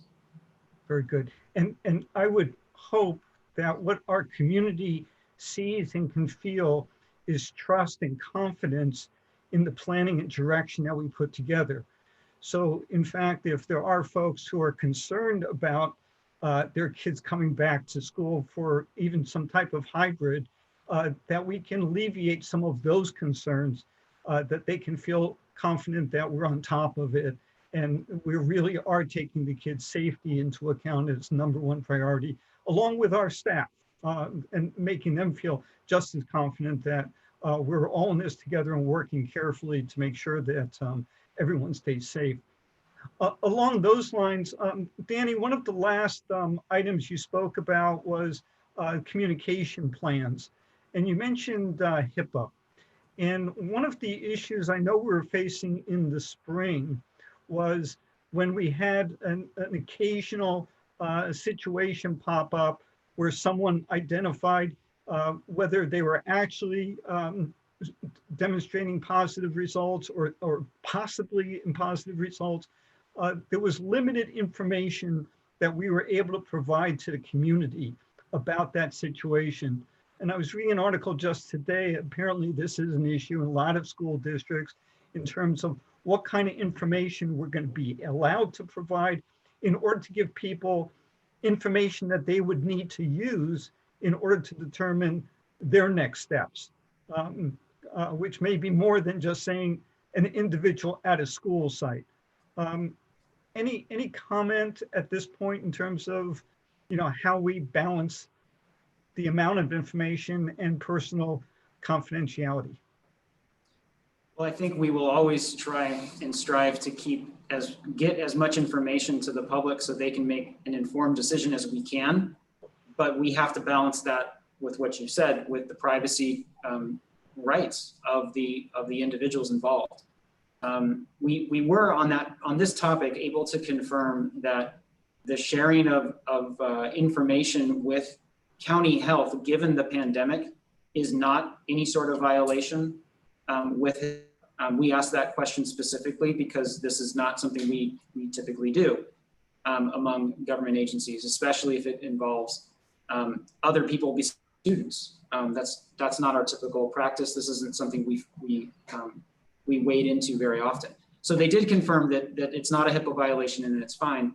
But as far as the general public is concerned, I think that they can expect the communications to be on par with what they saw in the spring and any time since then about the amount of information we're able to provide. We've essentially been following that guidance all along. It hasn't been my department that's done it, but I do know that it's in line with what we're allowed to do.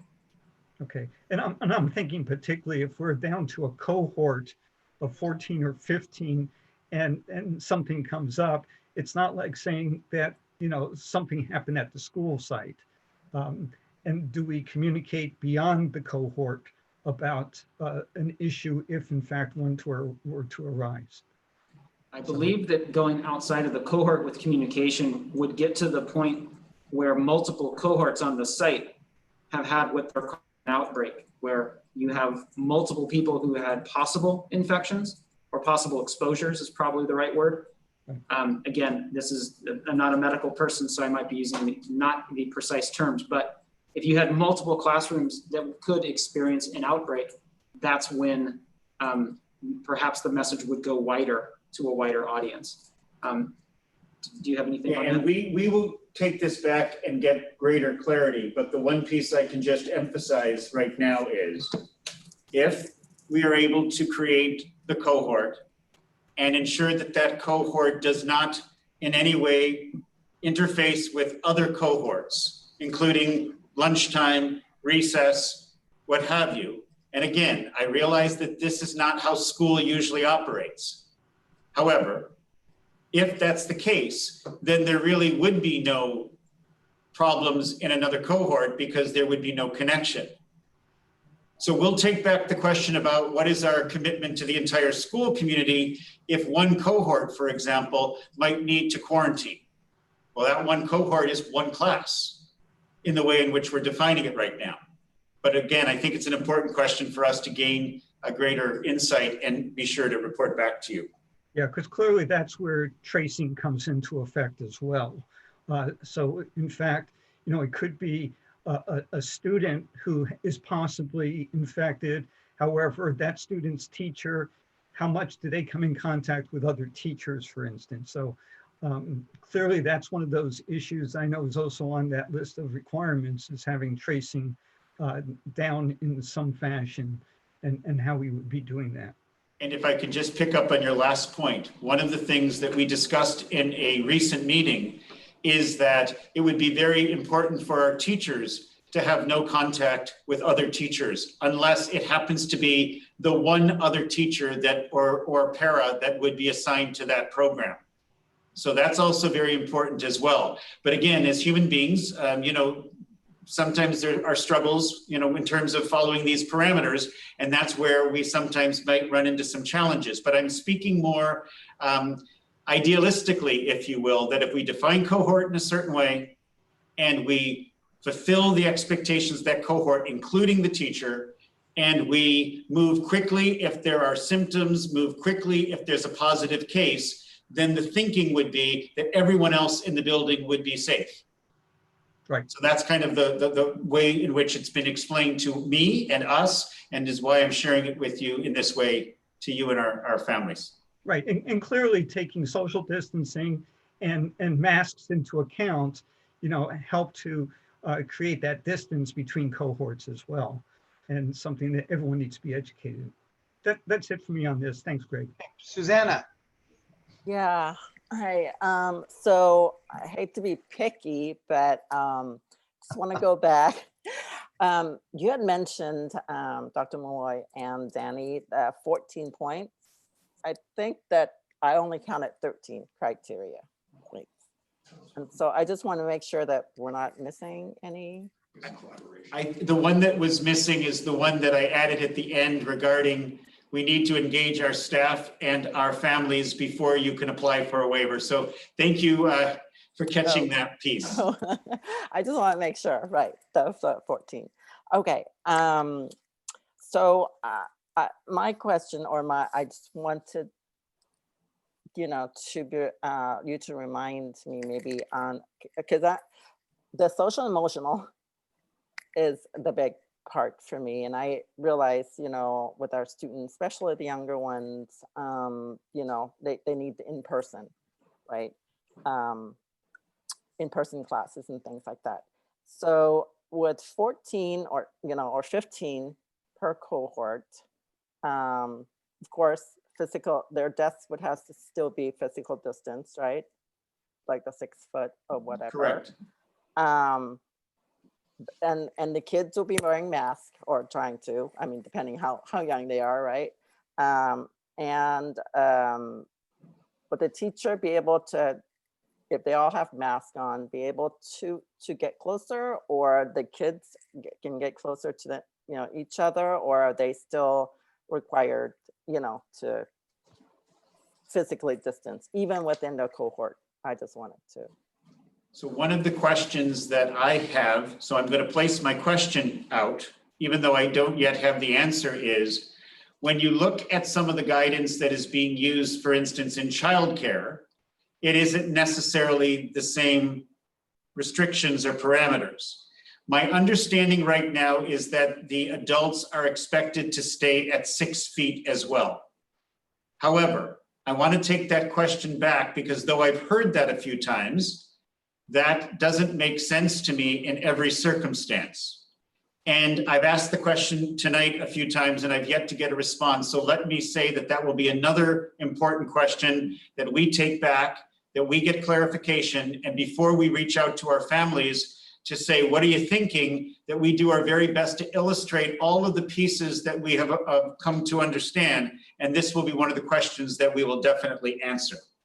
Okay, yeah, thank you. Because I'm thinking that, the kids, of course, want to go back to school, right? And with their friends and a teacher and all. And I worked in the elementary, classrooms and stuff. And I think that,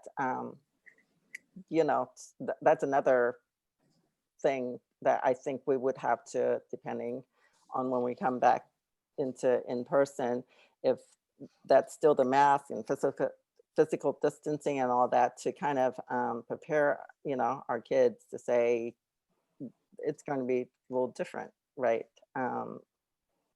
Again, I'm trying to think about how the social emotional is going to impact the kids, both currently in remote and coming back in some form of in person. So anyway, but yes, I'm glad you're looking into that, and just I know layers and layers of complexities. I can see this, but again, those 14 points of criteria. Where are we with meeting maybe some of those criteria? Half, more on certain things. I know we're still trying to find out information, I think, with regards to testing, which is very, very important. And then, we have questions about the cohorts. But are we, I'm just wondering. Yeah, so thank you for the question. I would say that we've moved considerably on many aspects of these 14 points. I would say that the consultation with staff and with families is a major important point first. I would say that understanding the implications of the physical distancing and the cohorting is one that would potentially impact our families' choices regarding whether to come back to school or whether to stay in a remote setting.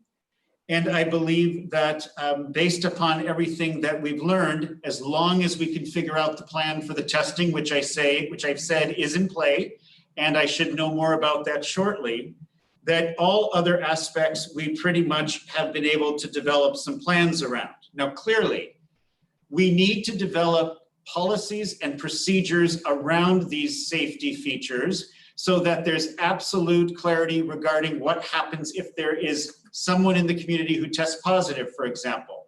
You've asked some questions around privacy that we need to be sure that we understand all aspects of. Again, this work is taking place. Though we're thinking about it, studying it, and getting advice around it, that actual creation of the policies and procedures so that everybody is clear is also a body of work that, though it's not part of the 14 points explicitly, it frankly is a part of all of them. and will also need to be worked through. Before I turn this back to you, Danny, is there anything you think I've missed in relationship to how far along we are at the various points? Seeing none, okay, thank you.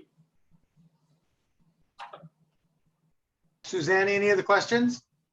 No, no other questions. I'm just thinking that, yeah, we should be a little more thoughtful about this, because I'm thinking that once we open back in, you know, in person, just like some of the businesses, you know, that we've seen or whatever, if something happens, it's actually harder, right? And then to backtrack and pull out. And so, yes, just like Dr. Malloy said, it's pretty complicated, and we have to look through all the different things. Mark? Yeah, you just laid out actually how I was going to approach this. I'm not sure if I have questions or this is just going to be ramblings. But I was looking for, through the presentation, what are the long poles in this process here? What is going to take time? And this is what I came up with, and it's pretty calibrated to what you just went through, John. I just want to make sure that we are aligned. Is first, cohorts. From what I understand, guidance has come out from the state, small stable cohorts is 14. Is that right? So that's sort of what the target at the elementary is. So interestingly enough, the cohort definition came out in a different set of guidance points today related to small groups coming together, not necessarily for learning. We're taking, that number though has been communicated in other places. I just don't want to misspeak because it hasn't actually been placed as a solid definition in any of the education guidance, but we're kind of going with that as a guide. But even with that, Danny, to you, if we're going to honor 6 feet, then we're still talking at the elementary level in our facilities with the average size of our classroom. We're talking 14, 15, 16. So cohorts to me now is necessarily meaning a hybrid, or offering a remote or a hybrid to our families. And who knows, maybe enough families choose full remote for the next however long, so we can actually offer them full time. I don't know, but the long pole here is staffing ratios. To your point, we have to collaborate with our community, we have to collaborate with our bargaining units to make sure we understand how are we going to develop staffing ratios. And once we do that work, it's going to be. Uh-oh, we lost you, Mark. Mute. Mark, we lost you. Is there anybody, Dr. Malloy, can you hear me? Uh-oh. Oh, I think we're back. We're good. Sorry, went out. You're good. Can you hear us? Yeah, now we Okay, can. cool. Sorry about that. Start again. So anyways, where I was left off, hopefully everybody heard, was staffing ratios are going to be very difficult, and it's going to take a long time to develop, and we can't keep going back and forth. So there's going to need to be stability within those staffing ratios. That's a long pole. It's going to take some time to develop. Second thing, I continue to see contact tracing as a long pole. Yes, we can train how to do contact tracing, but I'm not exactly sure yet what that means resource-wise. If a child comes down, one of our students comes down with COVID-19, and we're in a hybrid model, that child has been off campus for every afternoon or 3 days a week. Does that mean we have to contact trace into the environment? I don't know. That's going to take time and resources. That's a long pole. It is my understanding, which is probably in my idealistic way, making it a bit more of a shorter poll, but it's on the list of clarifications. As I understand it, our requirement would be specific to the school environment. Okay. And the reason I'm making it more of a shorter poll is because if we do the cohort process properly, then we know who the 15 people are who have been with that student. Anytime there has been a mixing of cohorts or where we're not doing it as effectively as I've understood it, then it becomes a long poll. But it's my understanding that the county health services will take over from us and say, we'll deal with people that may have been contacts for this child or this teacher or this staff member in the community. That's not, as I understand it, our job. Good. Well, to their ability, but that's good. Yeah, good clarification. Thank you. Next one is testing. I get our obligation to test staff. What I gloss over me, Danny, and I apologize, is our obligations on the presentation to test students. What, if any, obligations do we have to be able to test students? This particular issue, I'll only take it because it was in a meeting yesterday. This particular issue has had different thoughts around it. And as I understand it right now, and again, these are the things we will clarify, is that we would have an obligation to ensure that testing takes place if there would appear that someone has symptoms that could have impacted the entire class, and that we would expect the testing and then we would communicate appropriately. It is my understanding that we do not have to do the same kind of scheduled testing of our entire student body, and that the scheduled testing of our staff is the requirement. So, but, okay, good, but we still need to figure out how we're gonna test, period. And that's gonna have to come with third-party contractors, because we don't have capability in-house, of course. And so that's what we're, so that's gonna take. Yeah, the two pieces are working with our benefit providers, yeah, and working with private vendors. Okay. Then just a question and then a thought. Other local districts. Are other local districts, John, you're on the superintendent's calls now. Are they all struggling with the same long poles? I can tell you that in our weekly calls in the county, all of us are in the exact same place, and I have that information as of yesterday. I'm on a California call. Most of us are in the same place, not all, and we're trying to understand more clearly those that are trying to get through the door, but everyone who's trying to get through the door is speaking about the cohorting in the way in which I've described. And the only other answer I will provide, because I'm hearing from families, there's this belief that there are many districts that have gotten to a very different place. If anyone's listening and wants us to follow up, I'd be happy to do so, but that's not been my experience. Got it. Fair enough. And then my thought is, you mentioned the small group, outside the waiver process, the small group opportunities, new guidance issued. I would implore us all to please triage that guidance, and let's see if there are opportunities that we can take advantage of to get our population of students with special needs into an environment that's on campus where we can more appropriately tend to their needs. Definitely. That was it. Okay, my turn. Could somebody please put up the criteria?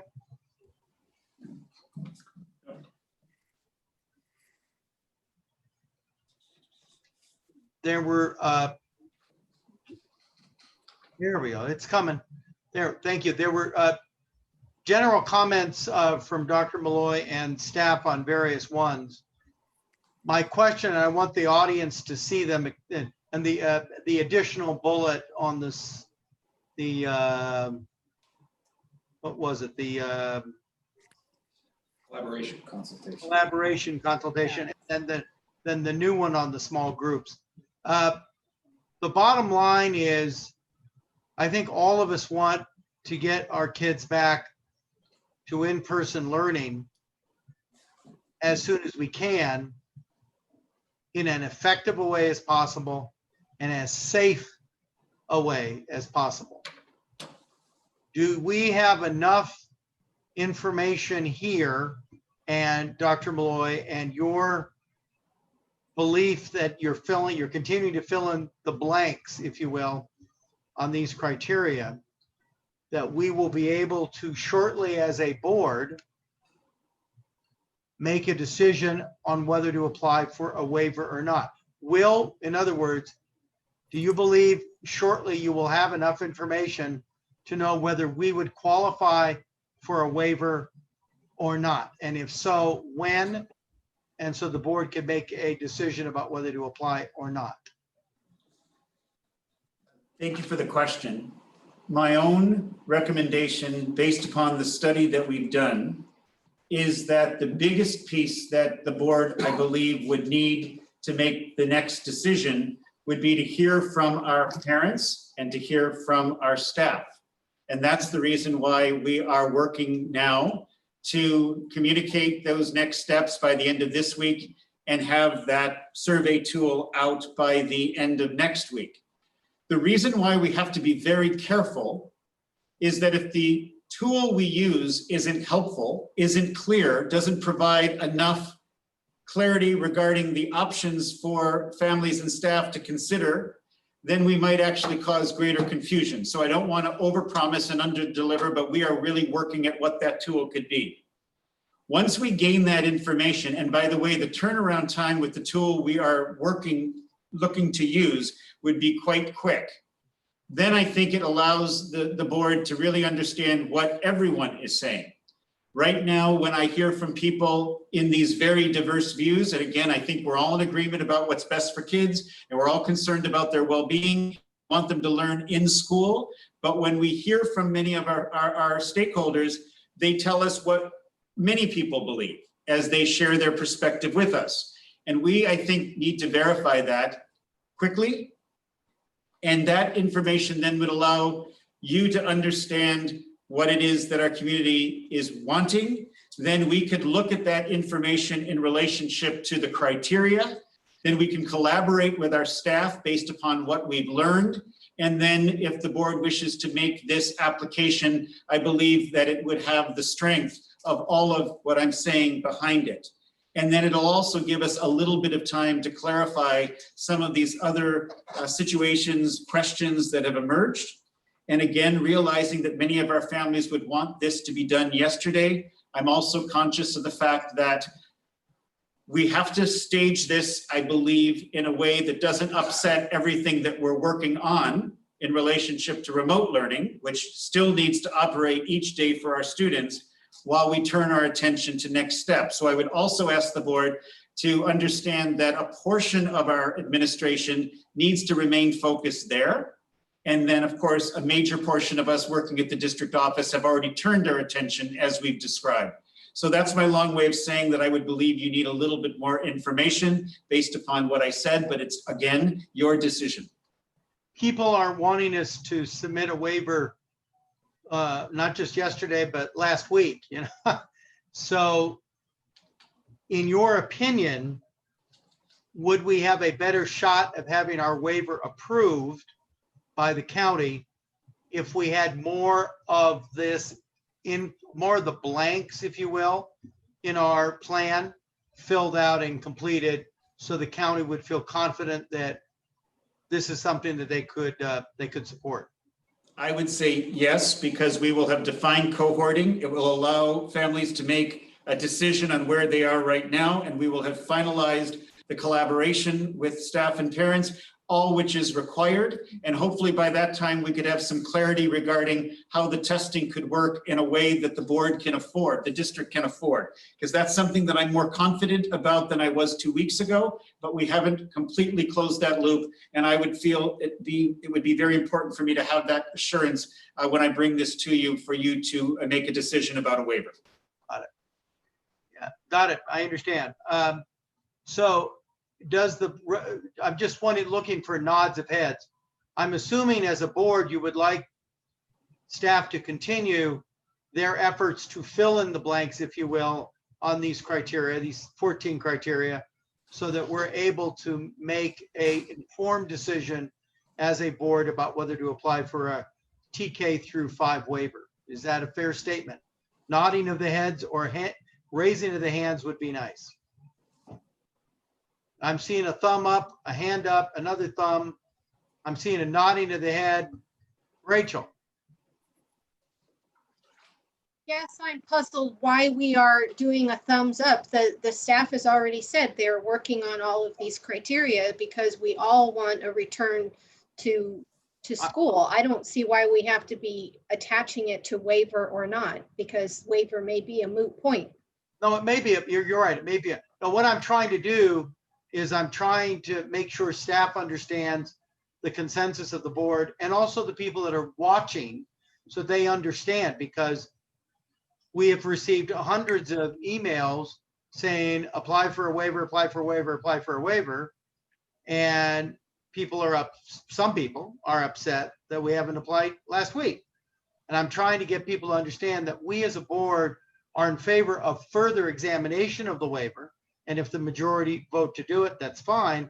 But what the board is saying is, let's get the criteria filled out so we know in detail what we're asking the county to approve. It isn't just in other words, this isn't just an outline.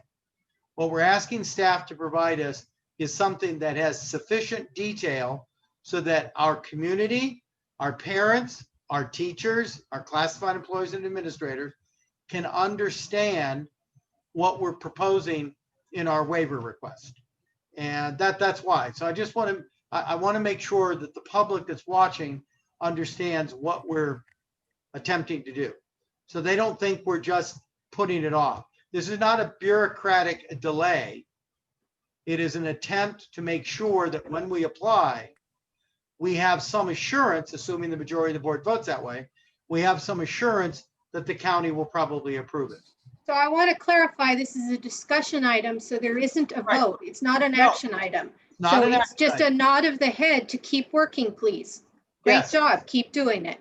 Yes.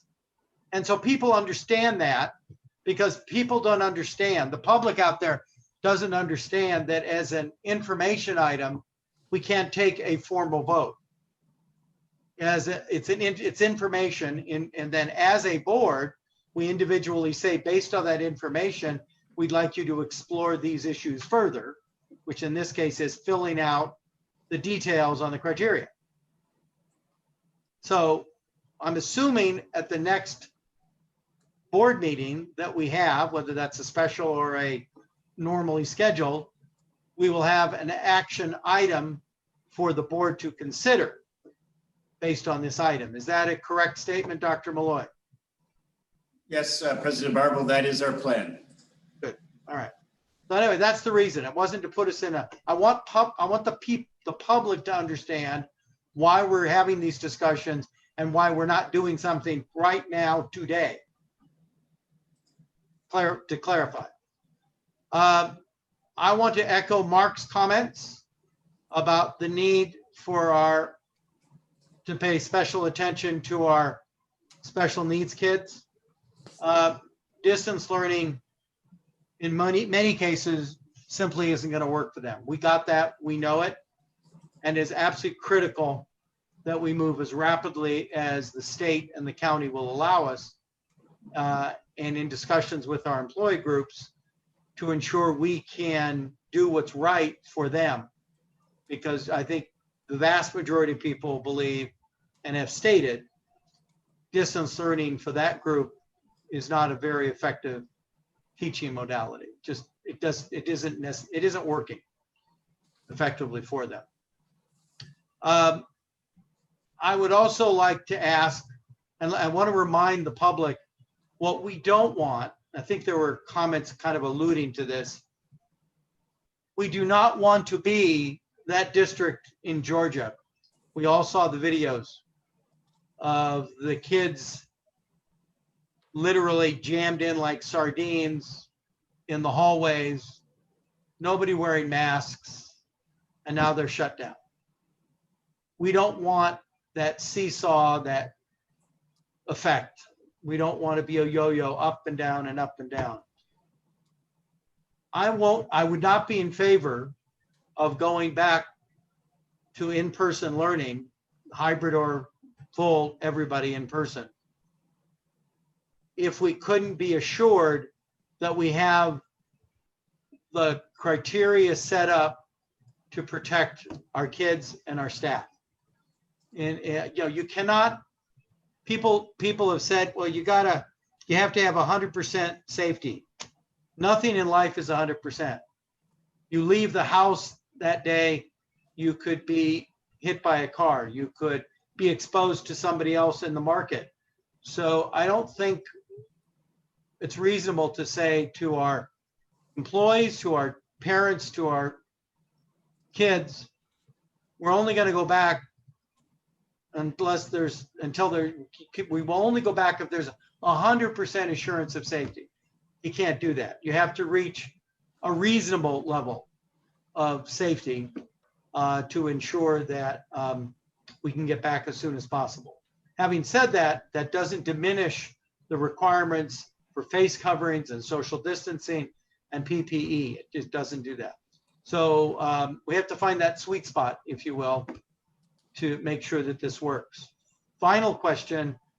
I've heard two different numbers, and I think it was alluded to earlier.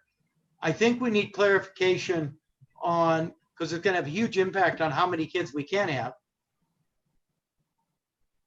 And I've heard 4 to 6 for the students. I think we need clarification on what that number is really going to be, because we could have some classes where you might have more than that available. You could still maintain the social distancing recommendations. I understand the recommendation on 14 to 15, but that's not based upon social distancing, based on a particular classroom. You could have a classroom that can hold 60 students. I'm not suggesting we have 60 students in there, but I am suggesting that the social distancing in some cases might allow for a larger number of students. I also want to push for, if we go back to some hybrid, there were comments earlier about the kind of summer school model, if you will, of secondary periods, where you might take the same, you might have 4 or 5 weeks of that period for 1 or 2 before you go into the next group. I would want to know from staff the effectiveness of that model versus a more traditional block schedule model. And I'd like to know what staff's thoughts were on the risk of having too large a cohort. So if the same student is going to be mixed in with 150 kids, if you took 5 or 6 periods, that's probably too large a number, but less than 100, but certainly not 15. Wouldn't we create a bigger impact for that school in terms of having to send hundreds of kids home or scores and scores of kids home versus 15? Am I missing something? Let me try to assist, I think, because I believe I have your question. So I want to clarify that at this point, the guidance that we've received related to the waiver checklist is 4 to 6 feet for students. The reason I'm that statement in the way I have is because we do need clarification regarding if it's 4 to 6 feet for older kids. Everything I have read and heard is that older kids would be considered like adults, and one medical professional shared that with me just yesterday. But we haven't actually seen that particular piece in writing because the focus on the reopening has been the waiver process, which is only for kids in certain age ranges. But just to be clear, that which has been written for students TK to 6 is 4 to 6 feet. Older students will take the question back. I've heard 6. But we will clarify. Okay. In terms of why this discussion around cohorting becomes more complicated for middle and high school is because the expectation, if we're following the notion of small, stable groups with fixed membership. Now, I am reading that right from the guidance. That doesn't align with how we do high school. Right. That aligns with how we do elementary school if we come up with a model where we have these kids these days and such, but it doesn't align with how we do high school. And so therein lies one of our challenges. And you've made a good point. If we could have 2 classes, 9th grade, it probably works because lots of the kids are in similar classes. We're being very candid when we say the older the students go, we actually can't see clear to how we would do multiple classes and still fulfill this definition. We could do 1 class for the hours that are required for that to be completed, move on to the next class, because again, there would be the ability to reform another cohort and then reform another cohort. Again, something that we're still working to better understand. But President Marble, you've named one of the challenges that we're still trying to work through in order for us to paint the right picture for families to give us their best information. Got it. I understand. So I think people also need to understand, it was kind of alluded to. I want to make sure it's very, very clear for the public that's listening. If we apply for a waiver, and if it is granted, families are going to have to make a decision as to whether they're going to want to continue in distance or do this hybrid. And that decision needs to be a firm decision for a fixed period of time. Not 1 week, I want to be in person in a hybrid, and next week, no, I changed my mind, I want to do full distance. And then 2 weeks later, no, I want to come back. That would be a nightmare for the teachers it would be a nightmare for the principals and a nightmare for, I'd argue, a nightmare for the students as well. Is that a fair statement? We are concerned from a staff perspective at the stability for kids. We could not operationalize families moving back and forth between models. We also need to consider the important relationships students have with their teachers. And that's another piece that we have to mention, that if the board decides to apply for a waiver and that waiver is granted, we also need to consider when the switch should happen so that we are allowing the students' grades to be determined from the teacher that they've had, especially if there's going to be a new teacher that comes into play. So these are all very important pieces that we would need to share related to operationalizing this. But yes, President Marvel, you have named exactly what the important issues are that need to be communicated. Got it. All right. Thank you. Any other questions or comments from staff? I will simply say that like you, we are very committed to providing effective remote learning and working with families and staff to make that happen. And we're committed to doing this work as diligently as we can so that our kids can return to school safely, and we will continue to communicate as effectively as possible. What is your recommendation on when you would believe you would be able to have enough of the criteria firmed up to be able to present to the county and to this board? Is there a particular time frame you need? Well, I think the best time frame is that we work towards our very best the next board meeting on the 15th. Okay. That's what I'm recommending to the board, that gives us time to do the engagement, analyze the results, look at its impact on our staffing and operations, engage in further discussion with our union colleagues, and be sure that all those other loops are closed around testing. And then we bring to you everything we have.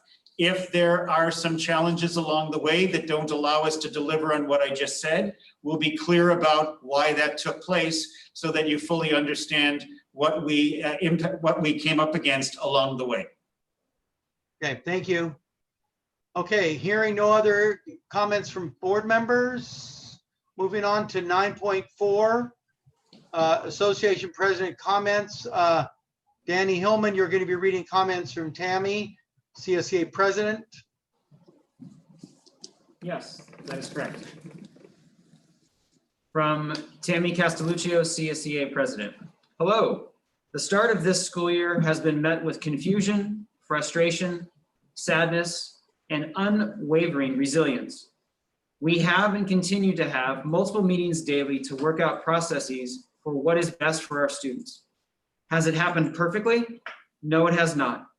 However, we continue to revisit, restructure, and recognize that we are all working as hard as we can to help each other through this process. Patience is a virtue.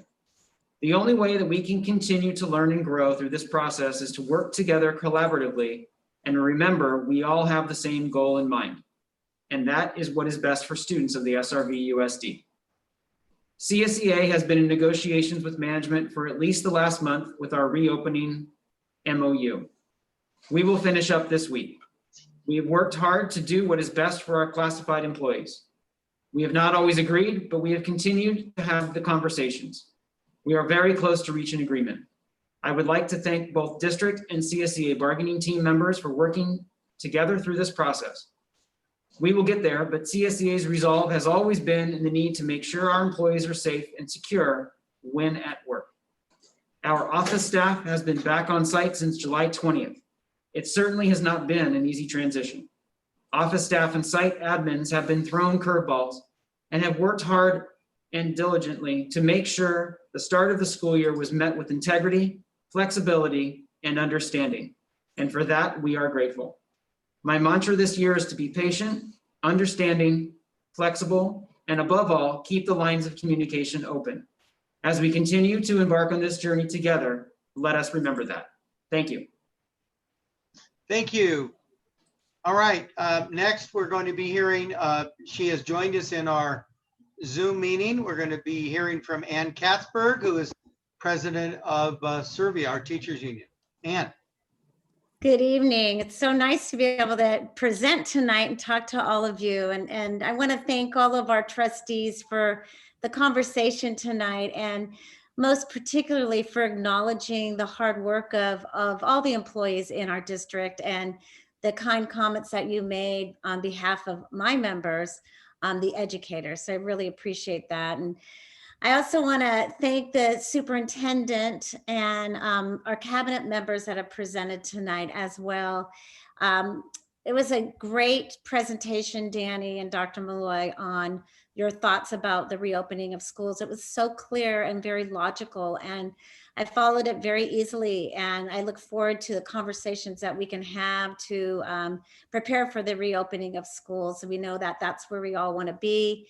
That's where our members will be most comfortable in the education that we do. And of course, safety is first and it's our priority. So all the conversations and the thoughtful comments, I think, are taking us to a place that we need to be. So thank you for that. I want to say hi to all of my SRVUSD members that are still listening. It's been quite a long meeting, and I know that you're benefiting from the information as much as I am myself. And thank you to CSCA and SCIU for being our partners in labor, and to our parents who are giving us our most precious commodity, our children, and giving us the opportunity to work with them, as well as the community members, and of course to all of our students.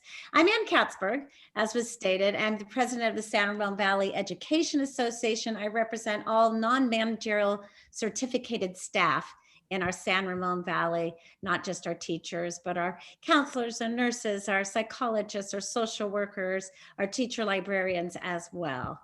So it's been just 3 weeks since our last board meeting. And in these 3 weeks, I know that a lot has happened. We fortunately were able to finish negotiating our memorandum of understanding that provided an agreement for our remote learning conditions. So our SRVUSD members, you don't know this, but they did ratify our MOU. We sent it forward in a vote, and it was a 97.8% approval rating in the vote that we had. And they were in favor of the work that we did together in agreement with management at the table. So I want to give a shout out to the negotiations team on both sides. It was a laborious process, and it was very fruitful. And I can't tell you how much I appreciate our bargaining chair, Laura Finkel, who happens to be my vice president, as well as all the representatives on the team. Danielle who is from Monte Vista High School. She's our high school rep. John Vespi, he works at Windermere Ranch. He's our middle school rep. Dee Judice, she's our elementary rep. She works at Golden View, as well as Kristen Pelham, who is at Greenbrook, and she represents us as a special educator. And our newest member, Trisha Facto, who will be taking over for Kristen at the table, and she does all things special education. So we have a great team, and we've had many, many wonderful discussions. So I also want to share, since our last meeting 3 weeks ago, I finally got to have my very first meeting with our superintendent, Dr. Malloy. And I want to just start off by publicly stating just how grateful I am to our superintendent, because he's opened up himself to me, and we're having wonderful conversations. And he's opened himself up to SRVUSD leadership as well. He's going to be visiting our executive board meeting on Monday, and he looks forward to visiting our site reps in September at our first meeting. So despite all the challenges that we are facing, I can tell that Dr. Malloy is prepared to lead. And in addition to the times that we met, in person remotely, we also, I've had many opportunities that Dr. Malloy has reached out to me via text, via phone, and has requested meetings for us to sit down together to begin to really analyze what the problems might be that we've all heard about. And he has been working tirelessly in an effort to truly understand. So I appreciate that. I also want to acknowledge the efforts from our HR department And I truly am appreciative of Assistant Superintendent Keith Rajensky's really quick response to our members' concern and the understanding of the current issues. I sent a letter out today and I got a response. I was so grateful. I think that Mr. Rajensky, Assistant Superintendent Rajensky, really captured the essence of what I was trying to communicate. And so as a president of our 1,737 bargaining unit members, I think the start of the year is going to require this type of team effort approach. And that's truly how we are going to be able to get the work done. I want to give a shout out to our Ed Services Department because you guys have been working tirelessly to get an impossible job accomplished. So to take the district that is our size and to execute a start to a school year that none of us had ever anticipated is beyond difficult. And I can see the work that you are all doing. I'm not sure how you're surviving because those demands that are placed upon you, I know that you bear the bulk of the responsibility of keeping all of us afloat. And this is an enormous undertaking. I know, Christine, you've been running your department with such compassion.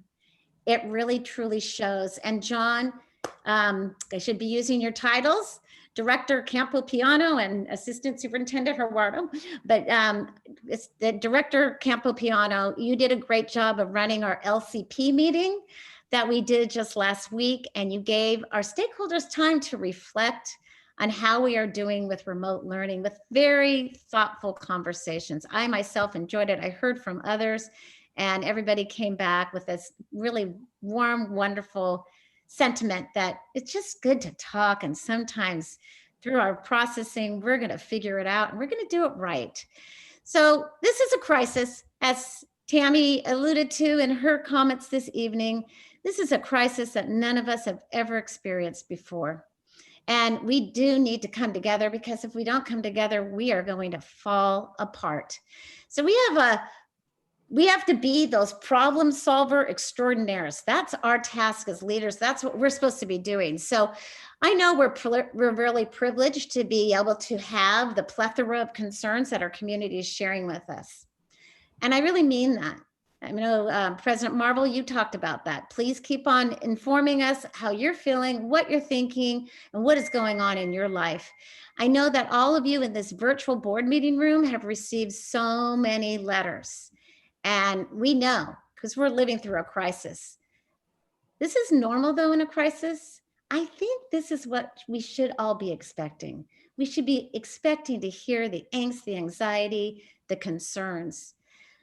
So in order for me to truly understand what is going on in our schools, I need to go directly to our educators.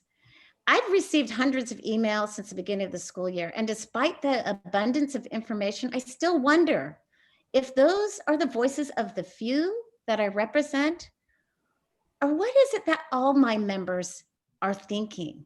So Laura and I worked to develop a survey at the end of last week, and we asked our members to answer 19 questions, which included what grade level, subject matter, school they worked at, so we could begin to disaggregate the information. We could really dive into what people are doing.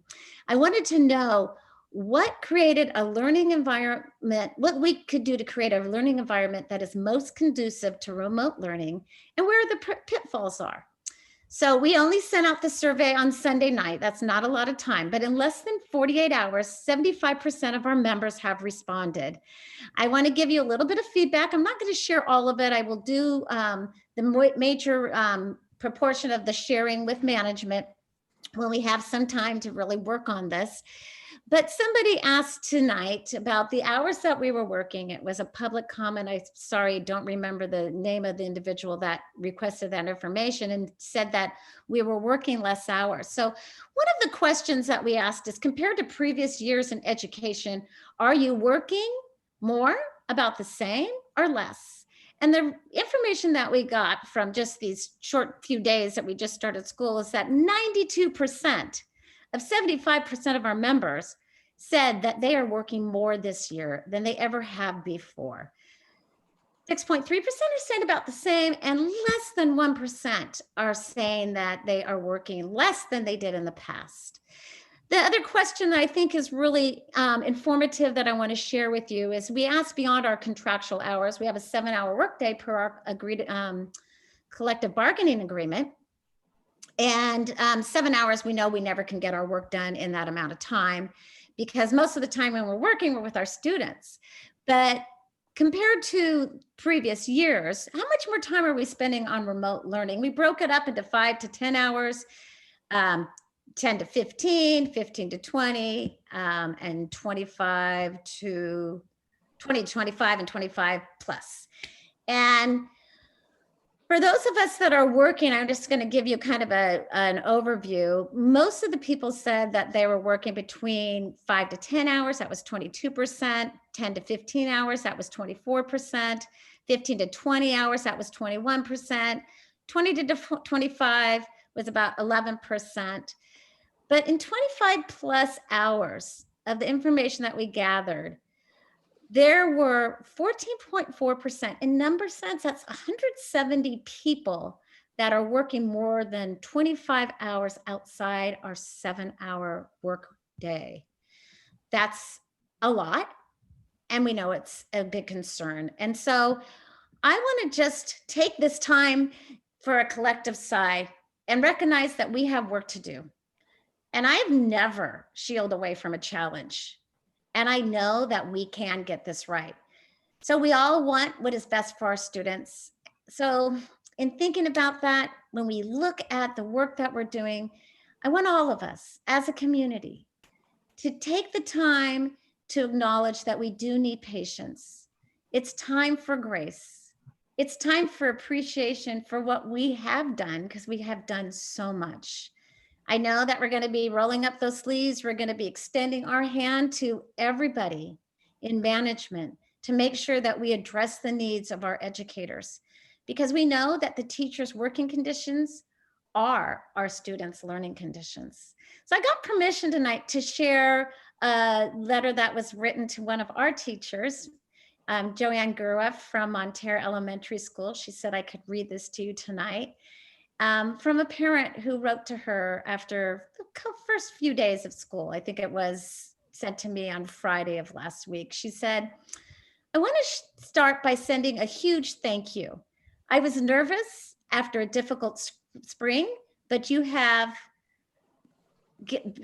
me incredibly impressed with what can be done with remote learning. Your level of organization, patience, and enthusiasm are amazing. I've worked with hundreds of teachers over the years in multiple districts, and I can honestly say that you're one of the best I've ever seen. For this being such a crazy year, I feel incredibly blessed.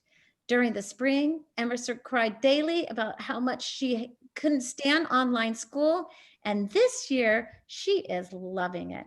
Thank you so much. I want to just end with that positivity. Thank you to our teachers. I know there's many of you out there that are going to be receiving the same amount of gratitude that Emerson's mother has shown Mrs. Gurwa. And so thank you to everybody for letting me share and hearing my comments this evening. Thank you, Ann. Appreciate it. 10.1, we're on to action items. Consideration of adoption of resolution number 6/20-21, approving budget revisions to adoption of 2021 state budget and approving routine budget revisions. Well, that's a short title. Mr. Medici, why don't you give us the shorthand about what that all is? Thank you, President Marvel. Thank you. The nutshell is the board is about to consider tonight the required action to adjust our 2021 budget based on Sacramento's final adoption of its own 2021 budget. That is very specifically called the 45-day revise. So right now we're sharing a screen on the video that speaks to the high points of the 45-day revise. Thank you, Mr. Pitzer.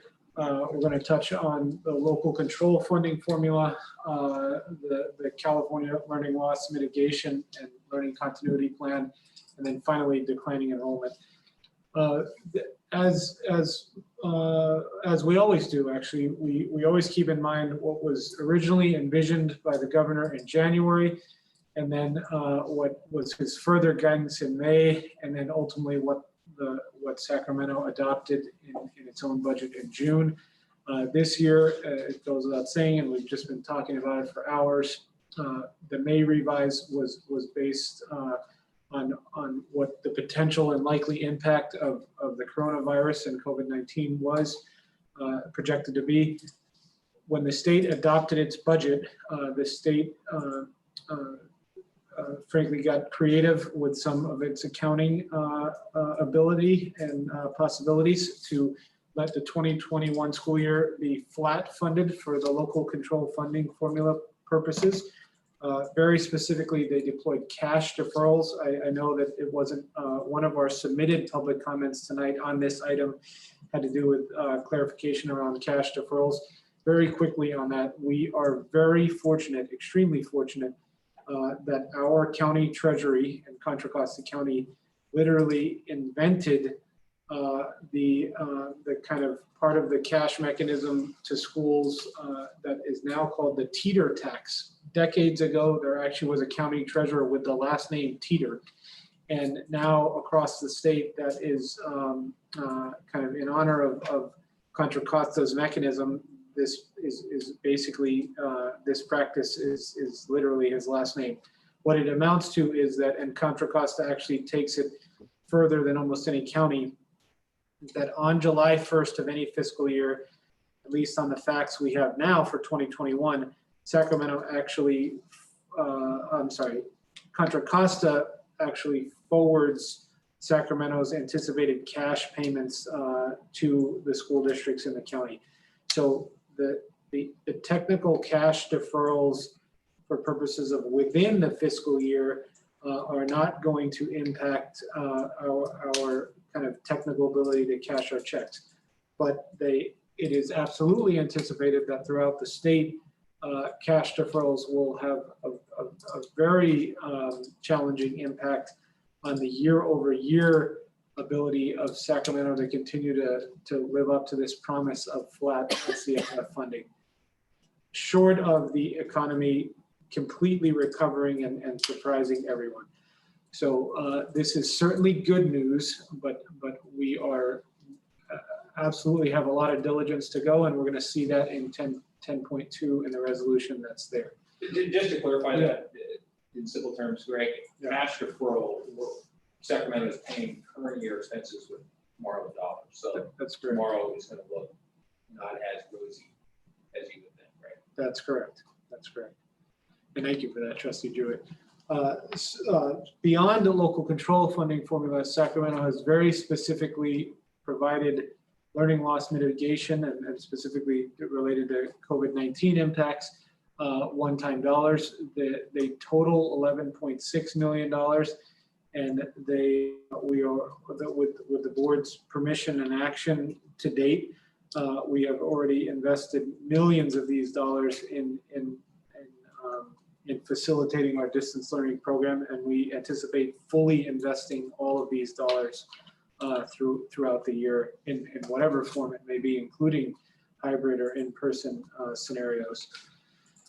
The learning continuity plan itself is the bridge to the next generation of the LCAP, and those learning loss mitigation dollars will very specifically be discussed in our learning continuity plan, which will be brought to the board on September 15th. Finally, and this is actually a really important part of the 45-day revise for consideration, although not in our financial numbers of the 45-day revise, the data here about decline will very much impact our next fiscal reporting period for this fiscal year, which is the first interim in December. As many of us probably remember, we wanted to be as kind of positive as possible about, we have continued to be as positive as possible, or what our demographic study for now going on the 4th year has shown about, or has anticipated about, our declining enrollment. We have actually consistently had greater declines, so less students returning year over year than even the demographic study projected. So the coronavirus has definitely brought what is now very obviously a compounding for factors still not yet completely known, but likely in large part due to the coronavirus itself. We are declining at a far faster rate than anticipated and also anticipated by our financials.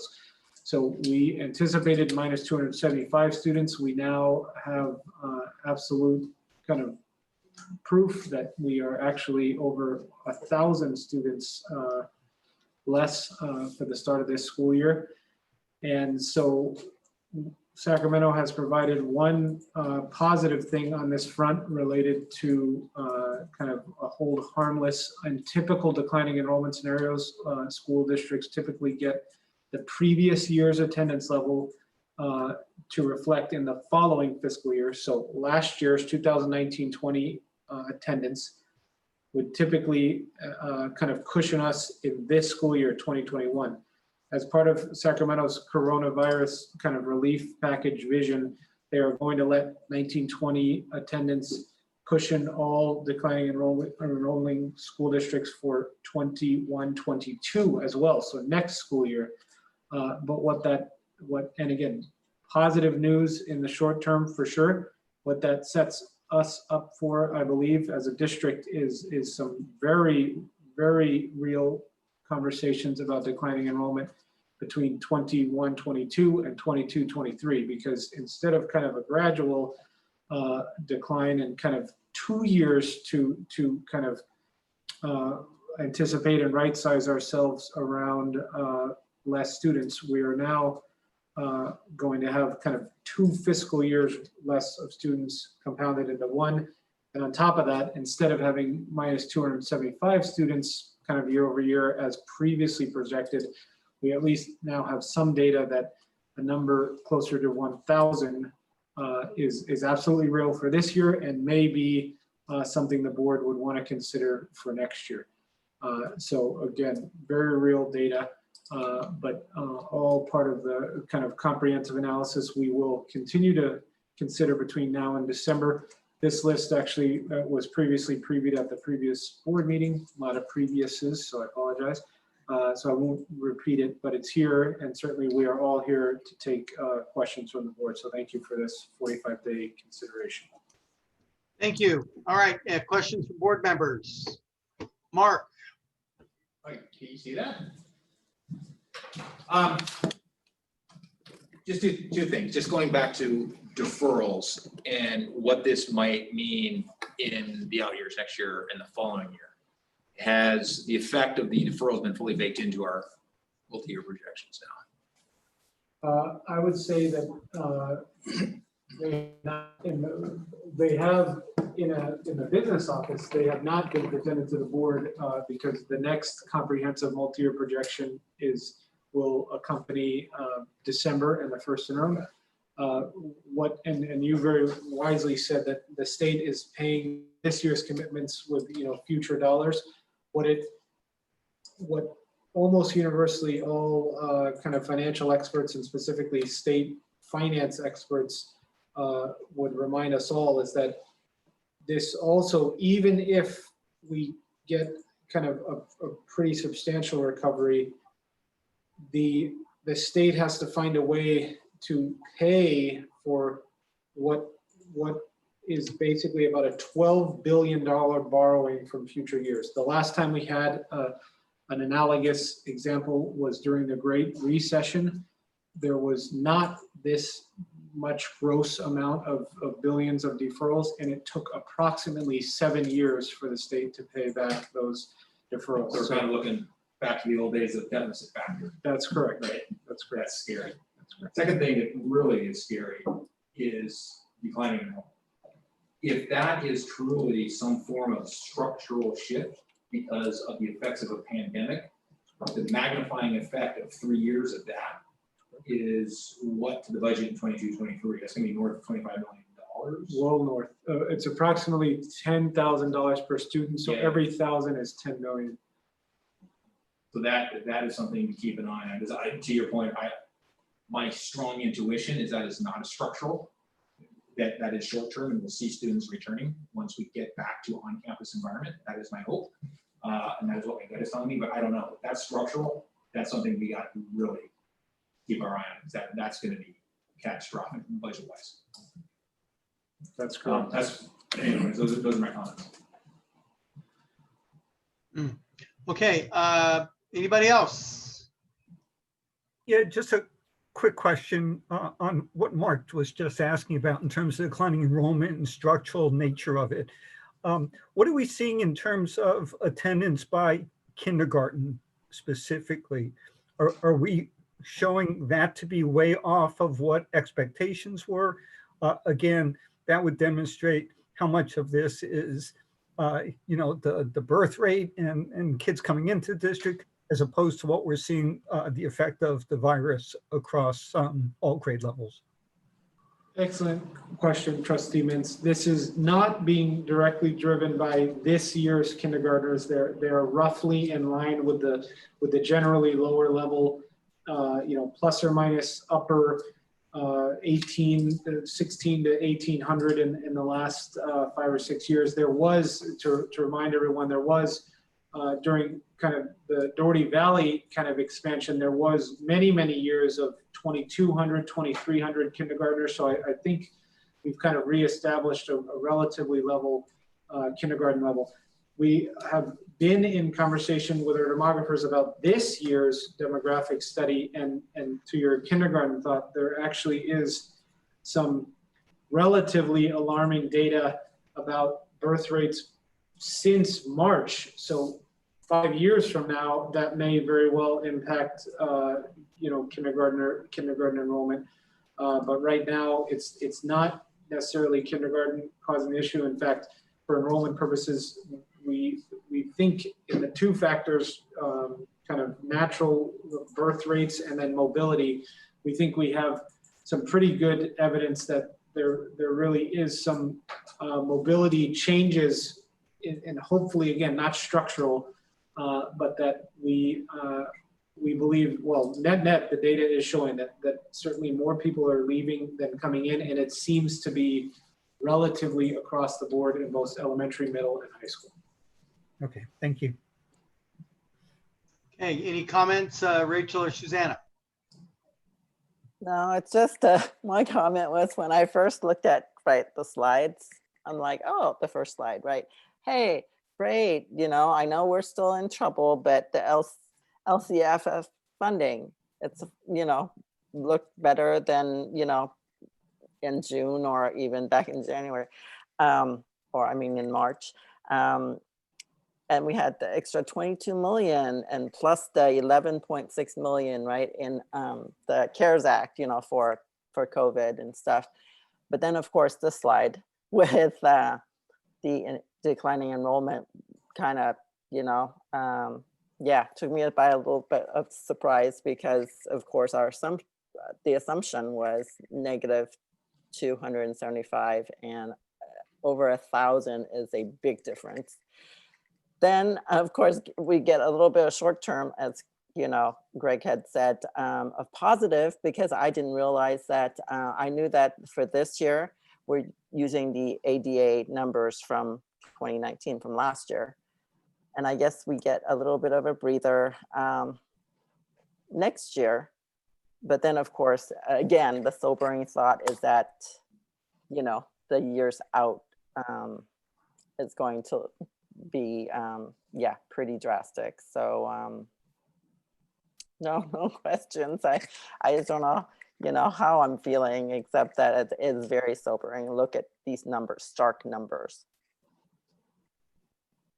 Yeah, they are stark. I think we had a reprieve, but I use the analogy of a reprieve in the sense that we had a credit card bill due, a balloon payment, and we took out another credit card. to pay off the balloon payment. And now we've paid off that one with another card and pretty high interest, I might add, because when 21-22 hits, the state, I just don't see the economy turning around on a dime.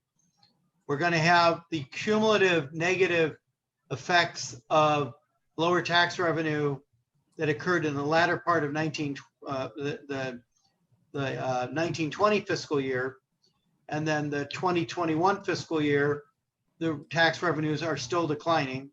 And then of course, 21-22, unless there's a major turnaround, we're going to see more declines. The state simply put off the day of reckoning by about one fiscal year. So 21-22 is going to be difficult for every school district in the state. It'll be difficult for the state as a whole. And it's not that I don't appreciate the this kind of 1 year of grace, but boys, 21-22 are going to be difficult. The state basically kicked the financial can down the road, and now we're going to have to deal with the consequences in 21-22. And we will. We as a board got through the Great Recession better than the vast majority of other districts in California. When we'll get through this as well, because I'm confident in our staff, I'm confident in our business and our fiscal people, confident in our new superintendent, and I'm confident that the 5 board members here tonight are going to make all the right decisions that need to be made to make sure that we face the challenges upfront and honestly and deal with it effectively, with the assumption that we're going to try to keep cuts, which I think are going to have to happen next year, as far away from the kids and the classroom as possible, as we have done through other budget crises in our time on the board. So sobering, Mr. Medici, one thing I'd like to point out, I think you pointed it out to me in a phone conversation, the $11 million, a little over 11 million that we got for the COVID impact is substantially less than other districts in the county received that are of smaller size than us. I won't mention names, but one district that's got thousands fewer kids than us got about 250% more than we did, and even though they're a smaller district. And another district similar size, but still smaller than us, got over twice as much as we did. And it cost them the same amount for a 5 gallons of sanitizing liquid as it does us. But that's the reality that we live with. Not only do we have declining enrollment, but we're subjected to a state formula methodology that ensures that we get less than everybody else. Is that a fair statement, Mr. Medici? That is a fair statement, President Marvel. And as I answer that, it's 10 o'clock, so I think there may be a motion in order. Yes, I was just reminded to ask the same thing. Thank you, Mr. Medici. Thank you. Mr. Medici, thank you. Do we have a motion to extend till no later? Can we do 10:30? 10:30. Yep. All right, there's a motion for 10:30. Is there a second? Second. All in, okay, all in favor, say aye. Aye. Aye, and just for the audience watching, extension beyond 10 requires approval of the board as a whole. All right, moving on. Oh, no, we need an action item. Sorry, Matt. Is there a motion on 10.1?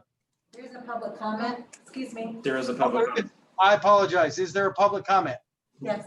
Yes, there is. We received one public comment that they wish to be read aloud. This public comment came from Tom McCloskey. It has been reported and the approved state budget includes deferrals and not actual cash money going to schools. Unless I missed it, I don't see this in Mr. Medici's budget revised discussion. Could one of the school board members please address this issue so that parents understand it?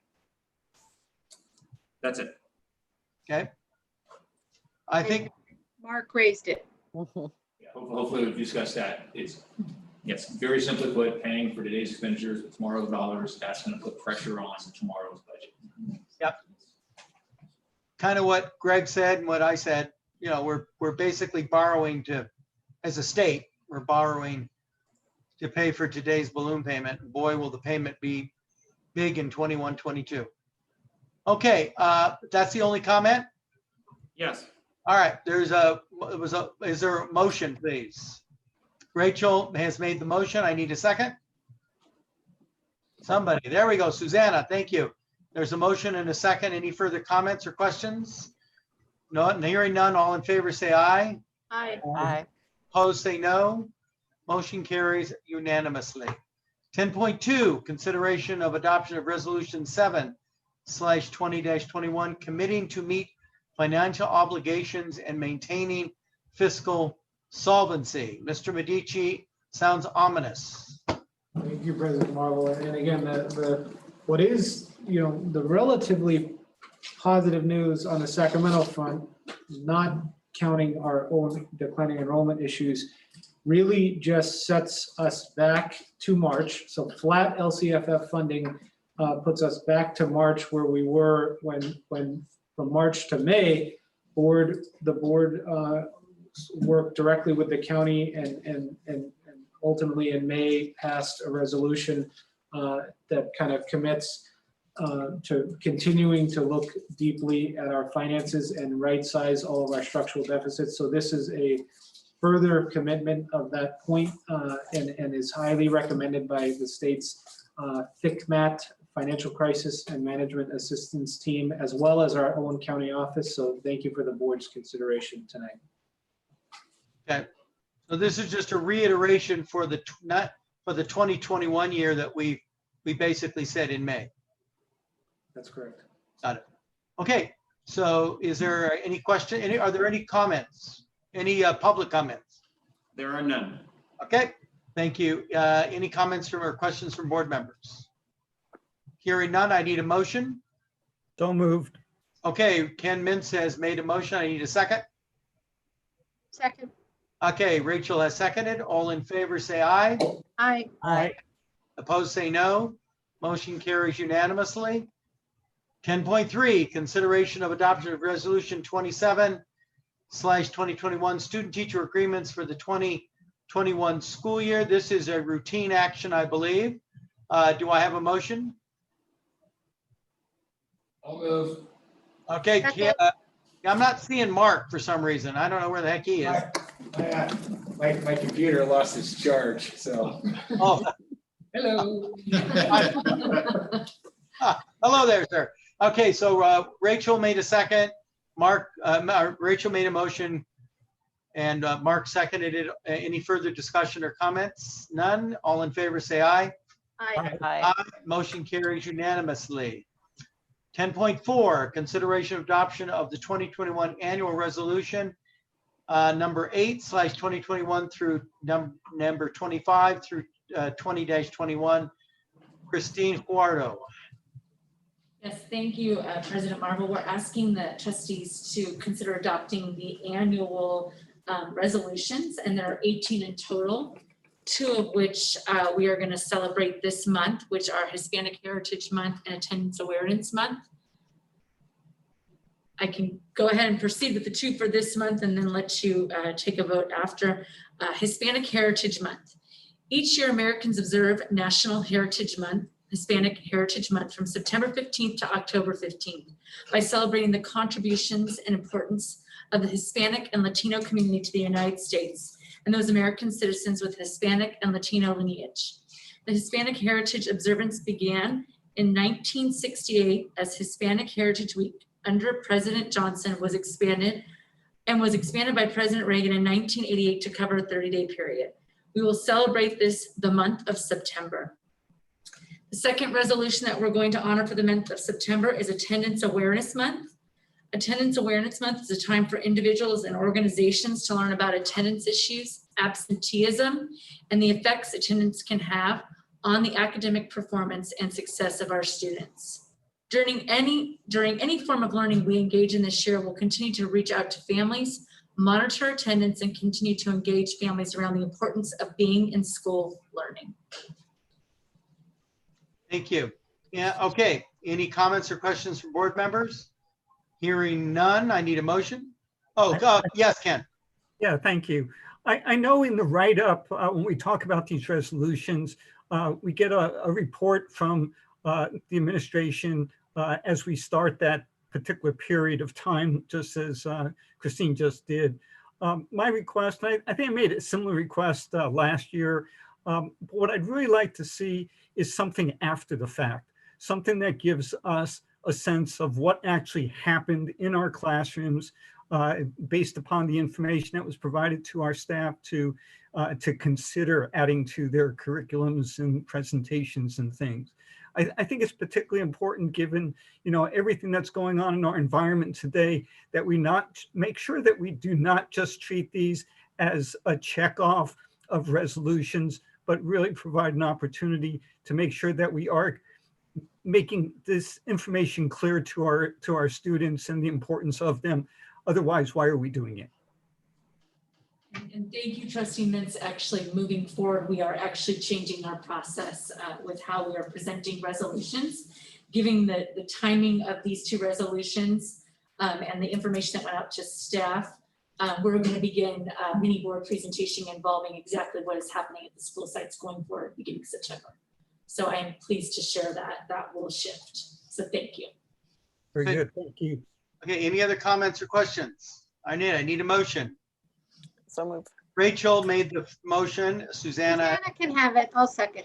Oh, okay, Susanna has made the motion. Rachel has seconded it.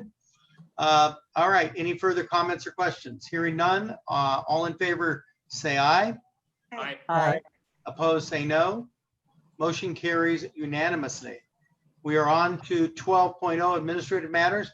Board member reports. Any board member wish to make any comments at this time? Reports?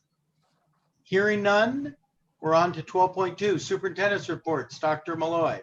And President Marble, I think I've been able to speak quite a bit tonight and it's late. So I just want to say thank you to our families. Thank you to our staff. I want to just say to this team that's sitting around this table with me, but others who aren't in this room, that I am very grateful for this senior administration team for the heavy lifting that's gone on. And we'll just keep doing this important work together. So thank you so much. Good. All right. So for the audience, we are going to be returning back to closed session to continue our earlier discussion. So we're adjourning open session and going into closed. And we'll be doing that by going to a different Zoom meeting. Thank you. We are adjourned, everybody. Bye.